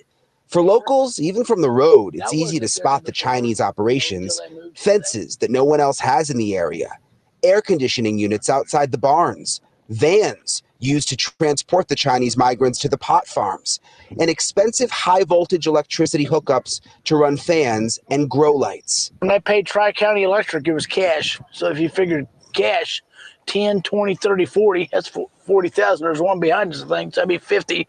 And over by the house, there's 2 or 3 over there. I mean, who has that kind of cash? And why do you need that kind of power? Exactly. Even more shocking is how investigators say the illegal Chinese growers move their product using fake Amazon vans like this one that look almost spot on. Same make and model, same logo, even fake Amazon boxes, all full of weed. A large percentage of the black market marijuana consumed on the East Coast is derived from Oklahoma. So if you're going to go to that effort with a distribution network for black market marijuana, it is so easy to overlay that with fentanyl and other opiates that you traffic, and sex trafficking and human trafficking. It's frightening and remarkable. The illegal Chinese migrants working the farms sleep in garages in subhuman conditions. Larry has even seen them living with no heat when the temperatures drop well below zero. Are they slaves? I mean, that's what I wonder. Are they, you know what I'm saying? That's what I think. I think it's some type of slavery. What is going on here? These are grow houses, or? Yeah, I do know that they was growing marijuana because you used to be able to drive by here and smell it. I soon realized what the smell of marijuana was. It smelled like a skunk. The Attorney General says all the money made by the Chinese owners is sent back to mainland China. And the Chinese are not dumb. I mean, they recognize that they can exploit and drive behavior of unsuspecting Oklahomans through this cash transaction. A new law that requires an affidavit before a county clerk can record a deed is slowing the problem, but greed also fuels it. The Chinese will overpay for land by a lot. A normal acre of ground out here ranges probably, farm ground, anywhere from $600 to up to the high part would be $1,000 an acre, I would say. And what have you heard Chinese pay? I heard they paid $3,800 an acre. $3,800. So that's like 3 times. And for the whole quarter section, for the whole 160 acres. To Larry, some of his neighbors are sellouts, not just selling out his community, but all of America. Even after the sun goes down, Larry's still working his land. It's in his blood. I gotta look myself in the mirror every day, and I don't understand why our laws have allowed them to come here and do what they do. Thanks for watching. Go to joinnn.com to find News Nation on your television provider. And don't forget to click the red subscribe button below to get more of News Nation's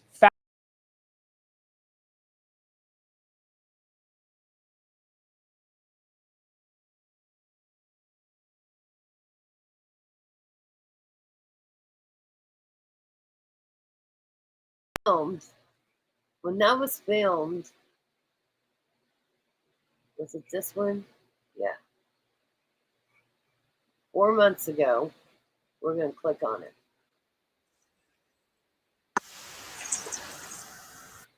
We're going to mute it. Make sure, oh, you guys can't see it, so I got to add it back.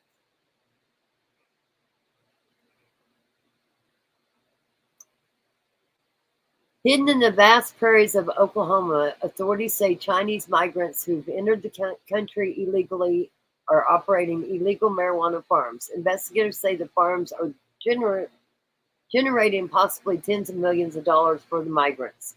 Law enforcement says the farms are popping up faster than they can shut them down. News Nation's senior correspondent Brian Hinton has been investigating these farms. On Balance with Leland Butler takes a critical look at some of the day's hottest subjects. And I wanted to see what day was this filmed on? June 20th, 2024. June 20th, 2024. So while he was down there, he decided he was going to go over that. And there's one video I showed in the very, very beginning. I'm going to show it one more time. because I never knew what the Panhandle was. Ostrich, I hope that helped you. June 2024. Crazy. Let's see here. We're going to go here.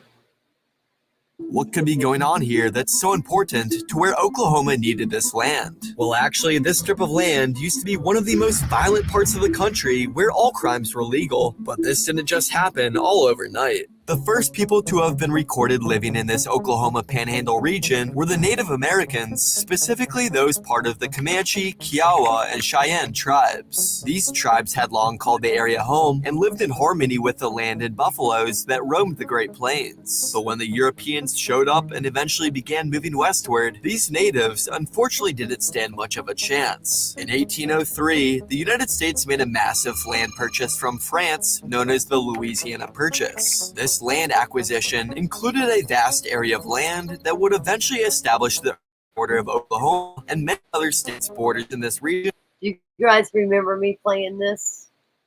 Again, this is how the Panhandle became the Panhandle.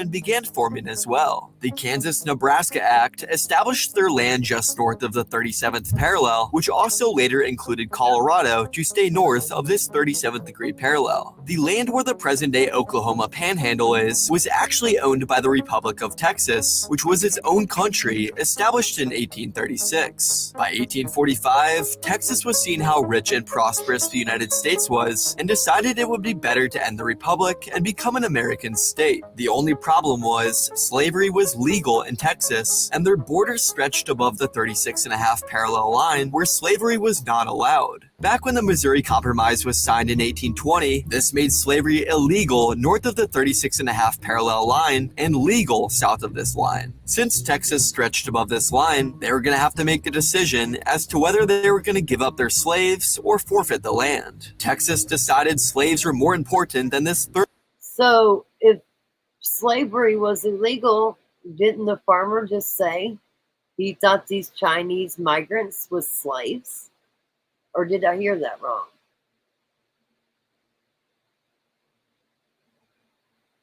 A 34-mile wide stretch of land, so Texas agreed on a northern border running along the 36.5 degree parallel. That left this 2 million acre stretch of land completely unclaimed and later known as no man's land. Not much was going on here in no man's land up until a man named James Lane had a vision for this region in 1880. James built a sod house on the banks of the Beaver River. He then opened a trading post and makeshift hotel inside the sod house to attract visitors. Cattlemen, traders, farmers, and freighters all heard of this news and came into the Beaver River area to see what James was building. The Native Americans that were still living in this region didn't like this, so they tried taxing James and the others staying with him, but since nobody technically owned the land, the natives were unsuccessful. In 1883, a post office was established near James's home with the name of Beaver City, and in 1886, the commissioner of the U.S. Land Office declared that the Panhandle was public land, which allowed others to start coming in and building. This led to a massive surge of people coming to live in Beaver City, and with that, other small settlements began emerging. Beaver City soon had a saloon, church, drugstore, grocery store, lumberyard, and even an opera house. Cowboys and ranchers started coming into Beaver City during this time to get away from their families and wives. Because this land... No, Jane. They purchased the land. And listen, most of the people that were homesteaders, they passed that land down to their family. And some sold out to the Chinese because the Chinese gave them lots of money. This also goes to show you that it's still no man's land, for one, and two, it's lawless because they can't keep up with it. Why would they pick the Panhandle, the corner? Because they know they can get away with it. Well, now it's Chinese land. Yeah, they bought it. They bought the land. They own it. And they're illegally growing. Because, listen, money talks, bullshit walks. Money buys everything. I'll leave it with that. Had no laws, there was a lot of degeneracy going on in the bars and brothels. The crime was starting to get out of hand in no man's land, where people known as road trotters would ride up to a sod house and tell the occupants that they had prior claim to the land, and if they did not pay them cash for the land, then the people living in the sod house would have to move. Most of the settlers in these sod houses paid the road trotters, never aware that nobody actually owned any of the land, as the government declared the whole Panhandle just public land. Nobody owned any of the homes that were being built, and nobody owned any of the land, but this all soon needed to change. In 1889, the US decided they were going to have something called a land run. Because no man's land was becoming so popular, the US decided that Americans ought to own the land, rather than having these road trotters coming through and stealing everybody's money. Although this land was still not owned by any one US state, the US decided to allow Americans to line up along the border of no man's land, and then on April 18th, 1889, these people lined up on the border would be able to rush in and claim 160 acres of land, as long as they ended up living on the land for 5 or more years. No man's land was 2 million acres, so theoretically, there were 12,500 plots open and ready to be claimed. This deal was originally part of the Homestead Act, where the United States was encouraging Americans to move west, but during this land rush in 1889 is when they opened the deal to include no man's land. Massive herds of people were settling in mostly the Kansas border towns of Arkansas City and Caldwell, which were right along the railroad, waiting for the green light to head into no man's land. In theory, the land rush was going to be monitored fully by the US military. However, the military didn't have quite enough people to have total surveillance over the perimeter of no man's land. Some people saw gaps in the surveillance and snuck into no man's land early in order to beat the rush and establish a good plot of land. These people that came in early were known as Sooners, and the Boomers were the ones who were attempting to come in through the land rush legally, hence the famous Oklahoma phrase, Boomer Sooner. As soon as noon approached on April 22nd, the estimated 50,000 people that surrounded no man's land were finally able to run in. It was a very dramatic moment, as when the clock struck noon, starting signals were given at many points of entry. In some cases, the green light was given by a military officer firing his pistol, or by his trumpeter sounding his horn, or even at Fort Reno by the boom of the cannon. All produced the same results, a massive avalanche of wagons and horsemen surging forward, all in one breathtaking instant. Families that remained behind at the line cheered as a husband or father made his wild dash to claim his 160 acres. The husband or father would immediately plant a stake at the closest open plot of land, which had his name and location on it, declaring the land as his. Some would immediately begin making improvements to the land, such as digging a well or arranging logs for a potential home, while others would hurry to the land office to register their land. Out of the projected 12,500 potential plots of land to be settled on, an estimated 11,000 homesteads were claimed on just April 22nd alone. Now towns were popping up overnight, and it wasn't long before it became clear that this strip of land was going to need some kind of governance to maintain law and order.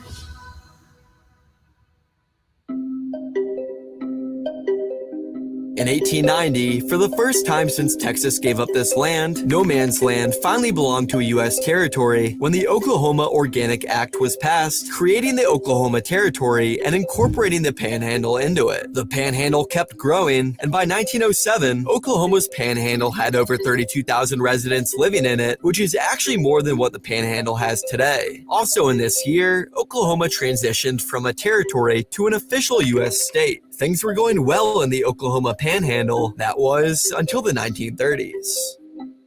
As this Oklahoma Panhandle was growing their economy, farmers were plowing the lands in the early 1900s so that one day they could plant crops. As the land got plowed, it transitioned from grassy plains to essentially just dirt, ready to be cultivated. In the 1930s, this became a major problem where this region started undergoing a severe drought. Not only could the farmers not plant any crops on the land they just plowed because they weren't getting any rainfall, but now all this dirt was getting extremely dry and exposed to the wind. Anytime the wind blew, this dirt would fly up in the air and create massive dust storms. It was said that dirt in Colorado was making its way all the way to Washington, D.C. Animals died without enough crops to feed them, and the price of food was skyrocketing. Without any crops or animals to sell, the prairie farmers had no money to pay the banks back, and as a result, they lost their farms and homes. This disaster became known as the Great Dust Bowl, which destroyed much of the economy in this region. Today, the Oklahoma Panhandle still exists, but it doesn't seem like the economy ever fully recovered, considering today in 2023, the Panhandle has less people than it did in 1907 when Oklahoma first became a state. The median household income for the Panhandle is just $34,000, which is significantly lower than the U.S. median household income at $74,580. The land is pretty empty, but there's still signs and physical history that show what this land once was. This is similar to California, where the United States' largest lake once was. Although this lake completely dried thousands of years ago, this past winter, the lake started forming again, and you can find out exactly why in this video right here.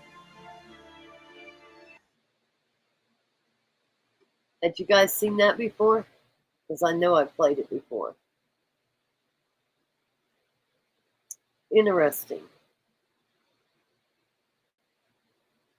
Listen, I am a believer that anybody that wants to cover this case should, and keep the case in the forefront right now.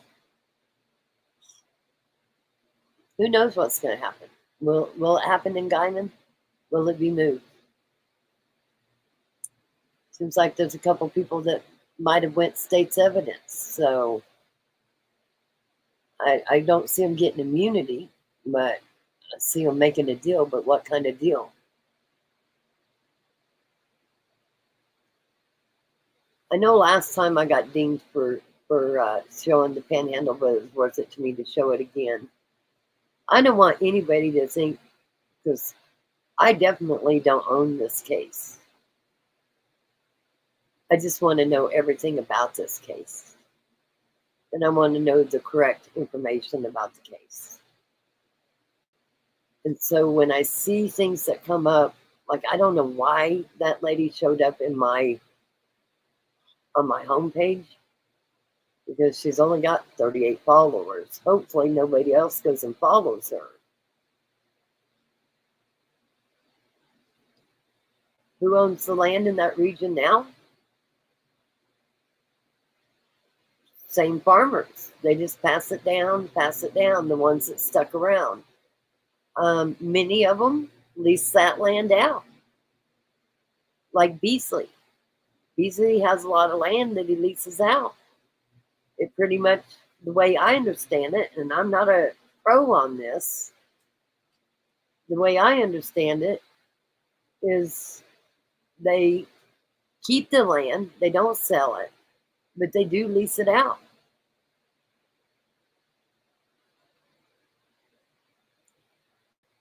Let's see here. I know many people that picked up their cattle and moved on over to Tulsa.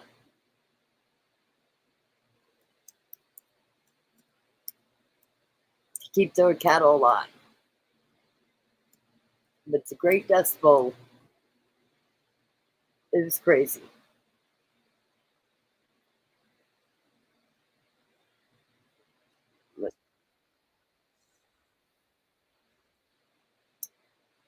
We're going to get off here shortly.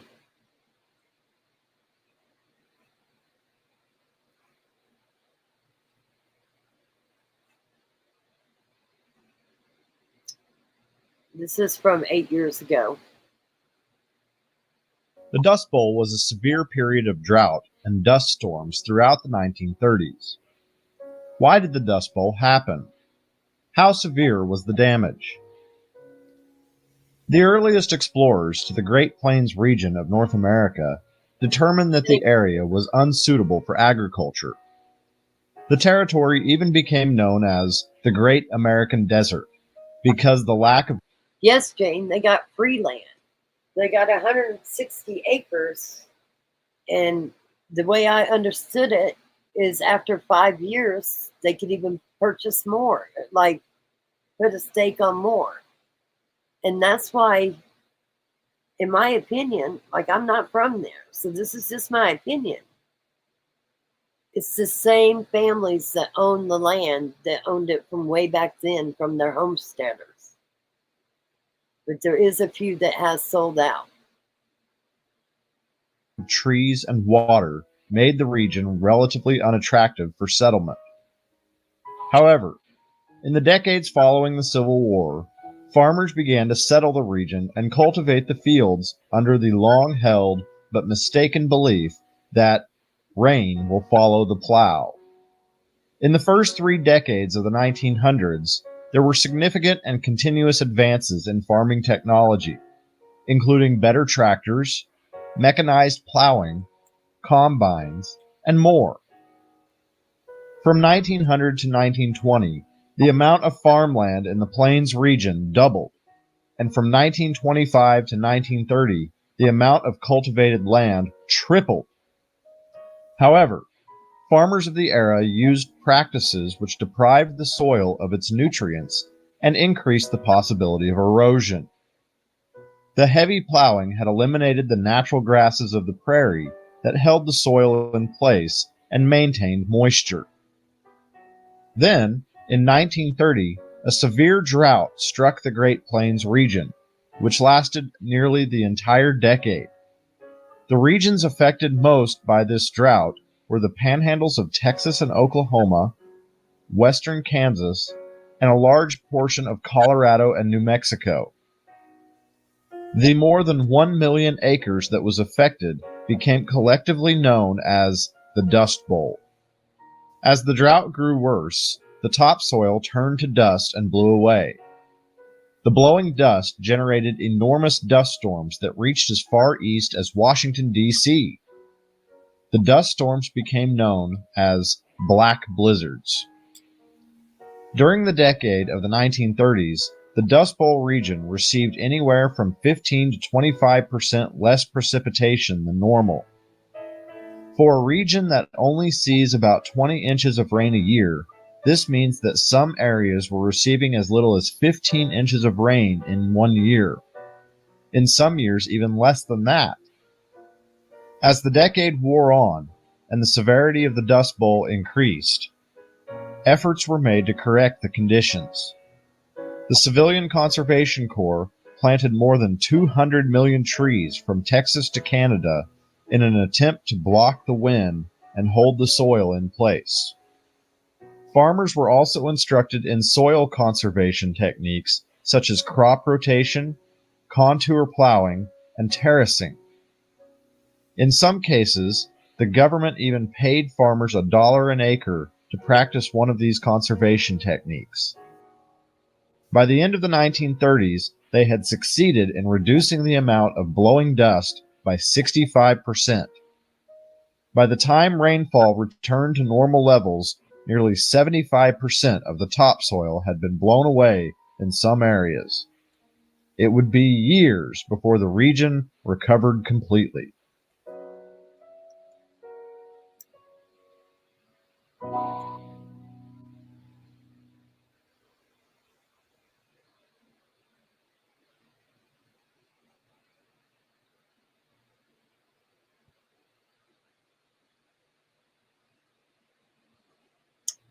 That was the end of that. Well, hopefully you guys learned something new.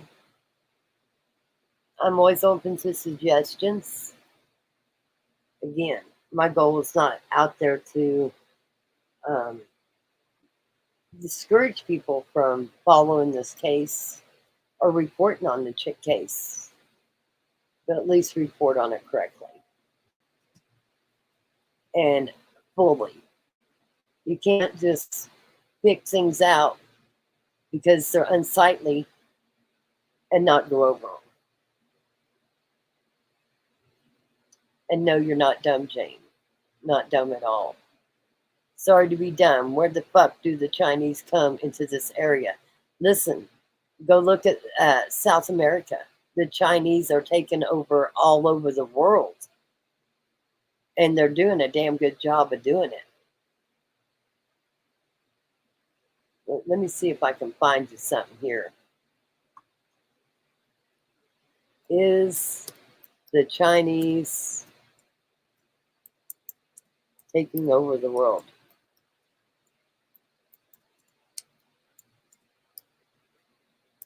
They are.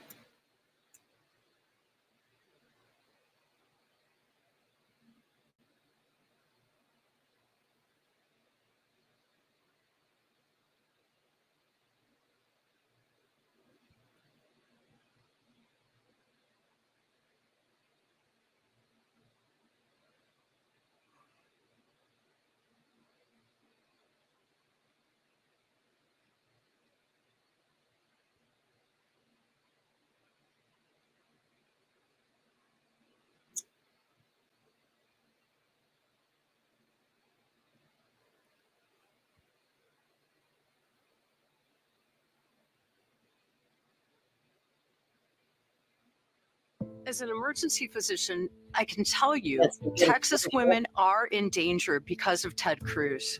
I've seen 12, 13-year-old survivors of rape come in pregnant women with severe complications, threatening their health. And Ted Cruz's abortion ban makes it illegal for me to provide them care. I could never vote for Ted Cruz. Colin Allred will restore a woman's right to make her own medical decisions. WIN Senate is responsible for the content of this ad. China's communist rulers face a looming population crisis, a crisis some say they helped create. Now they want women to help solve it by staying home and having more babies. The one-child policy, decades of forced abortions, and other draconian measures imposed on the Chinese people, preventing an estimated 200 million births, may be backfiring, experts say. For the first time since the post-famine years of the 1960s, China's massive population is shrinking. It may be too late to turn things around. 1.4 billion people living longer, getting older, aging faster than the social welfare system can keep up. China's birth rate also falling fast. Far fewer babies, a baby bust that could cripple future growth. Adding to Beijing's biggest economic challenge in 4 decades, youth unemployment skyrocketing. Many Chinese young people struggling to find decent paying jobs, unable to financially support themselves, never mind their aging parents. Marriage, children, forget about it. The male-dominated government says the solution is simple, a return to traditional family values. We should actively foster a new type of marriage and childbirth culture. Speaking at the Chinese Communist Party's annual Women Congress, President Xi Jinping focused more on family and fertility than women in the workforce. Firmly listen to party's instructions and follow the party. Sparking fears of a state-sponsored time warp where women's rights. I want to share something else.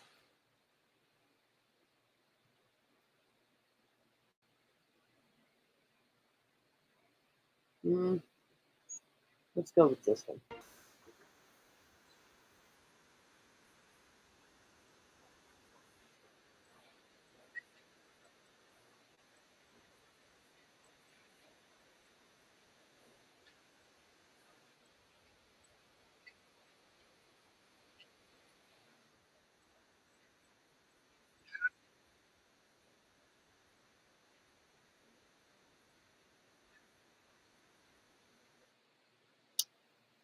Anyway, hopefully you've learned some things. Listen, Daisy and Jane, it's going to affect you too over in the UK. They're buying land everywhere. It's not just affecting the United States, it's affecting South America, South Africa, everywhere. It's affecting everywhere. I hope everybody had a good time. I hope you've learned a lot. I can't guarantee this is going to stay up. Last time I ran the Panhandle, I think it took my whole video down, so hopefully you got to hear it. and see it and learn it. I'm a big fan of Ted Cruz, and I'll vote for him for sure. What's going on with the ballots here in the United States? Wow. I mean, are we ever going to have a legal election again? Ever? I don't know. But I appreciate you guys spending time with me. I don't eat Chinese food, isn't that crazy? Very little, like sweet and sour chicken, stuff like that. And I'll try to do some more on going over more stuff. I'm going to go over, we'll sit down and I'm going to go over every creator and every video they did. And I'm going to check it out.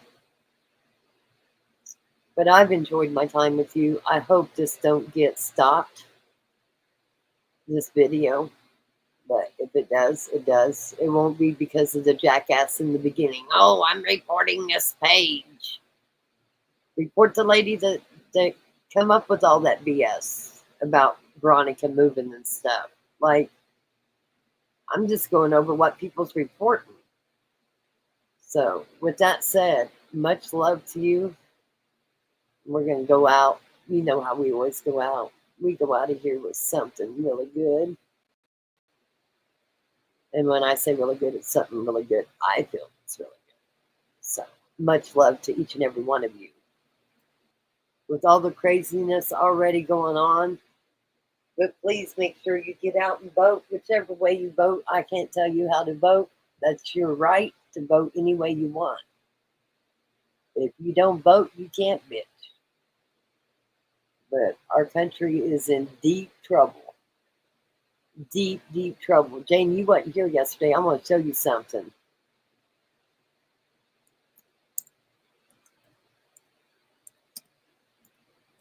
This is crazy. And this is a week before election.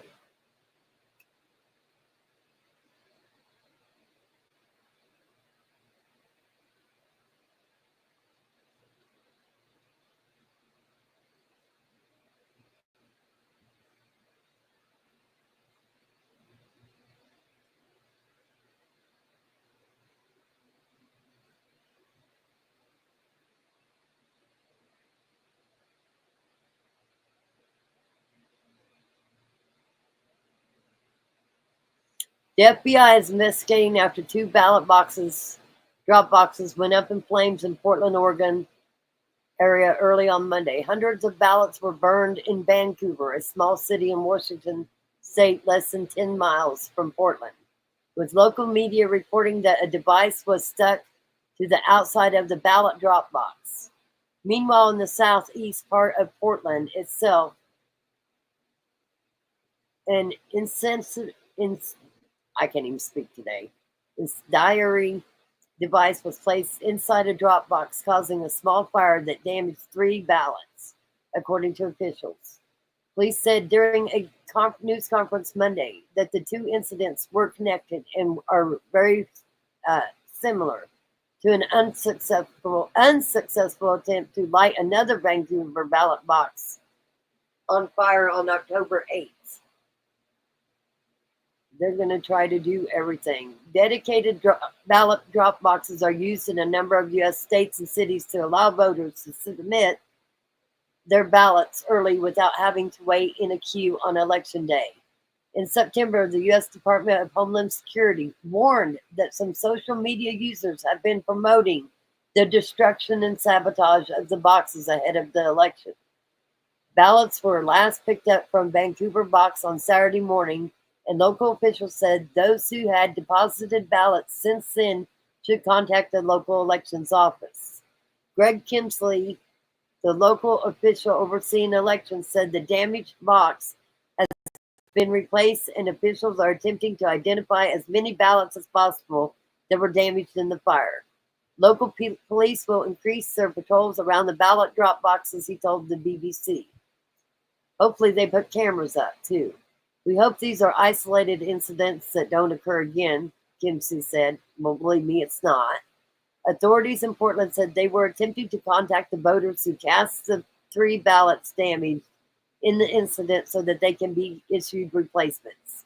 Police also released photos of a car they said was linked to the incidents, which they described as a dark-colored Volvo. Oregon and Washington are safe Democratic states in the presidential race, but the contest for a congressional seat is close in Vancouver, not to be confused with the much larger Canadian city. Washington's 3rd district includes Vancouver and a huge and largely rural section of the southern part of the state. The seat is currently held by Democrat Mary Golsclaint-Perez, who eked out a victory over Republican Joe Kent by less than 1% in the votes of 2022. Golsclaint-Perez and Kent are headed to a rematch in next week's election. There was no word from police on who might have planted the devices that caused the ballot box fires. The BBC has conducted authorities in both cities for comment. And there you go. So we got some shit going on.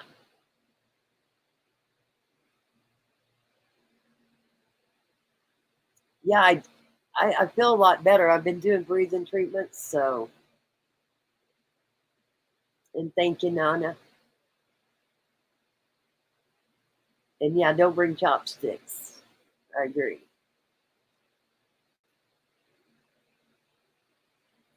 Girly girl, I love you. I love all of you. I vote rock. Let me tell you what, rock would rock this nation. You know why? Because I back down to nobody. You come up with crazy dirt on me that isn't even true, and I still don't back down. I fight. And I got the resources to fight. So, with all that, much love to each and every one of you. Like I said, I can't guarantee that this video will stay up. I'm pretty sure when I did the last time of the Panhandle, there's a reason why it's called Lawless. I think it's still lawless today. So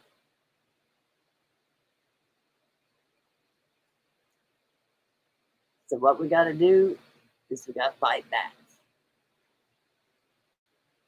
Listen, I'll volunteer. I'll volunteer to go and watch ballots be counted.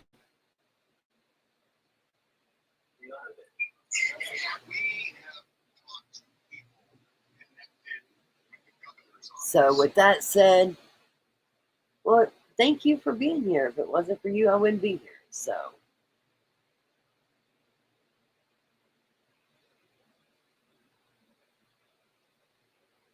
well, thank you for tuning in. And girly girl is right. She backs down from nobody either. So, and you know, I like Bullhorn Betty.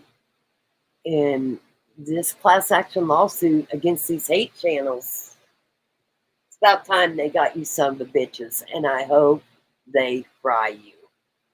It looks like to be a good federal case, and I can't wait to see what happens with it. And I'm going to make sure I'm right in the middle of it. So, love y'all back.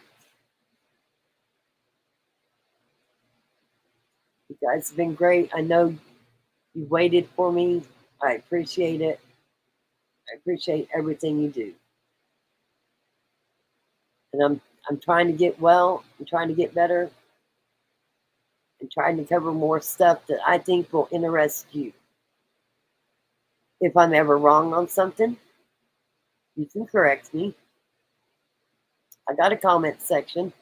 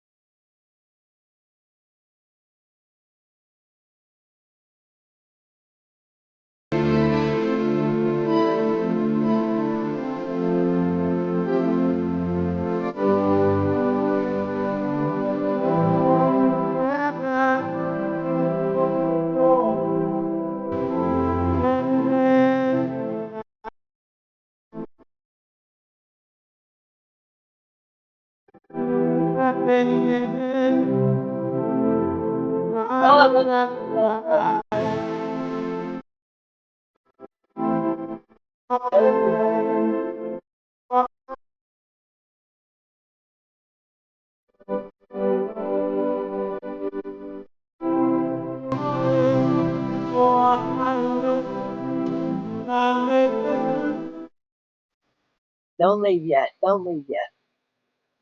I do want to share something else.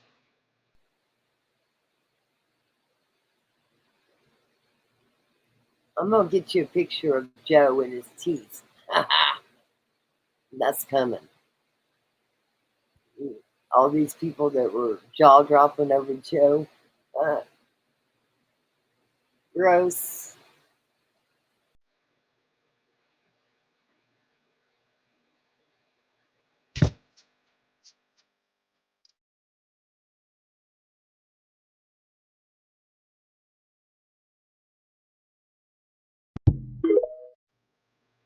Why the fuck you lying?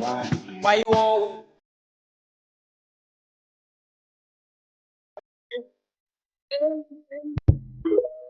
Because that's all he Why knows the how fuck to you do. lying? Why you always lying?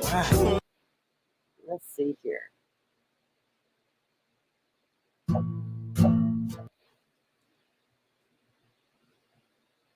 Thought I did a couple more on him.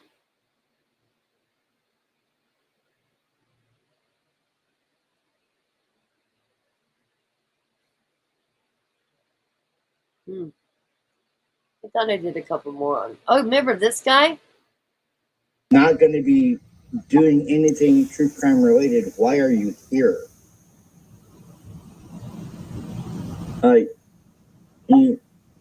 There's a particular creator, which I'm not going to name, who's going over a case that's pretty much well dead in the water. And I'm talking about the missing moms from Kansas case. That's pretty much well dead in the water. They've got the people. They're going through the court hearing, and that case is pretty much well dead in the water. The case is over. But not going to be doing anything true crime related. Why are you here? So that was True Crime Cult. He's changed his name since then. But when he did that video, they didn't even have Paul Grice. So with that said, I'm just going to play this, and this is my favorite time of year.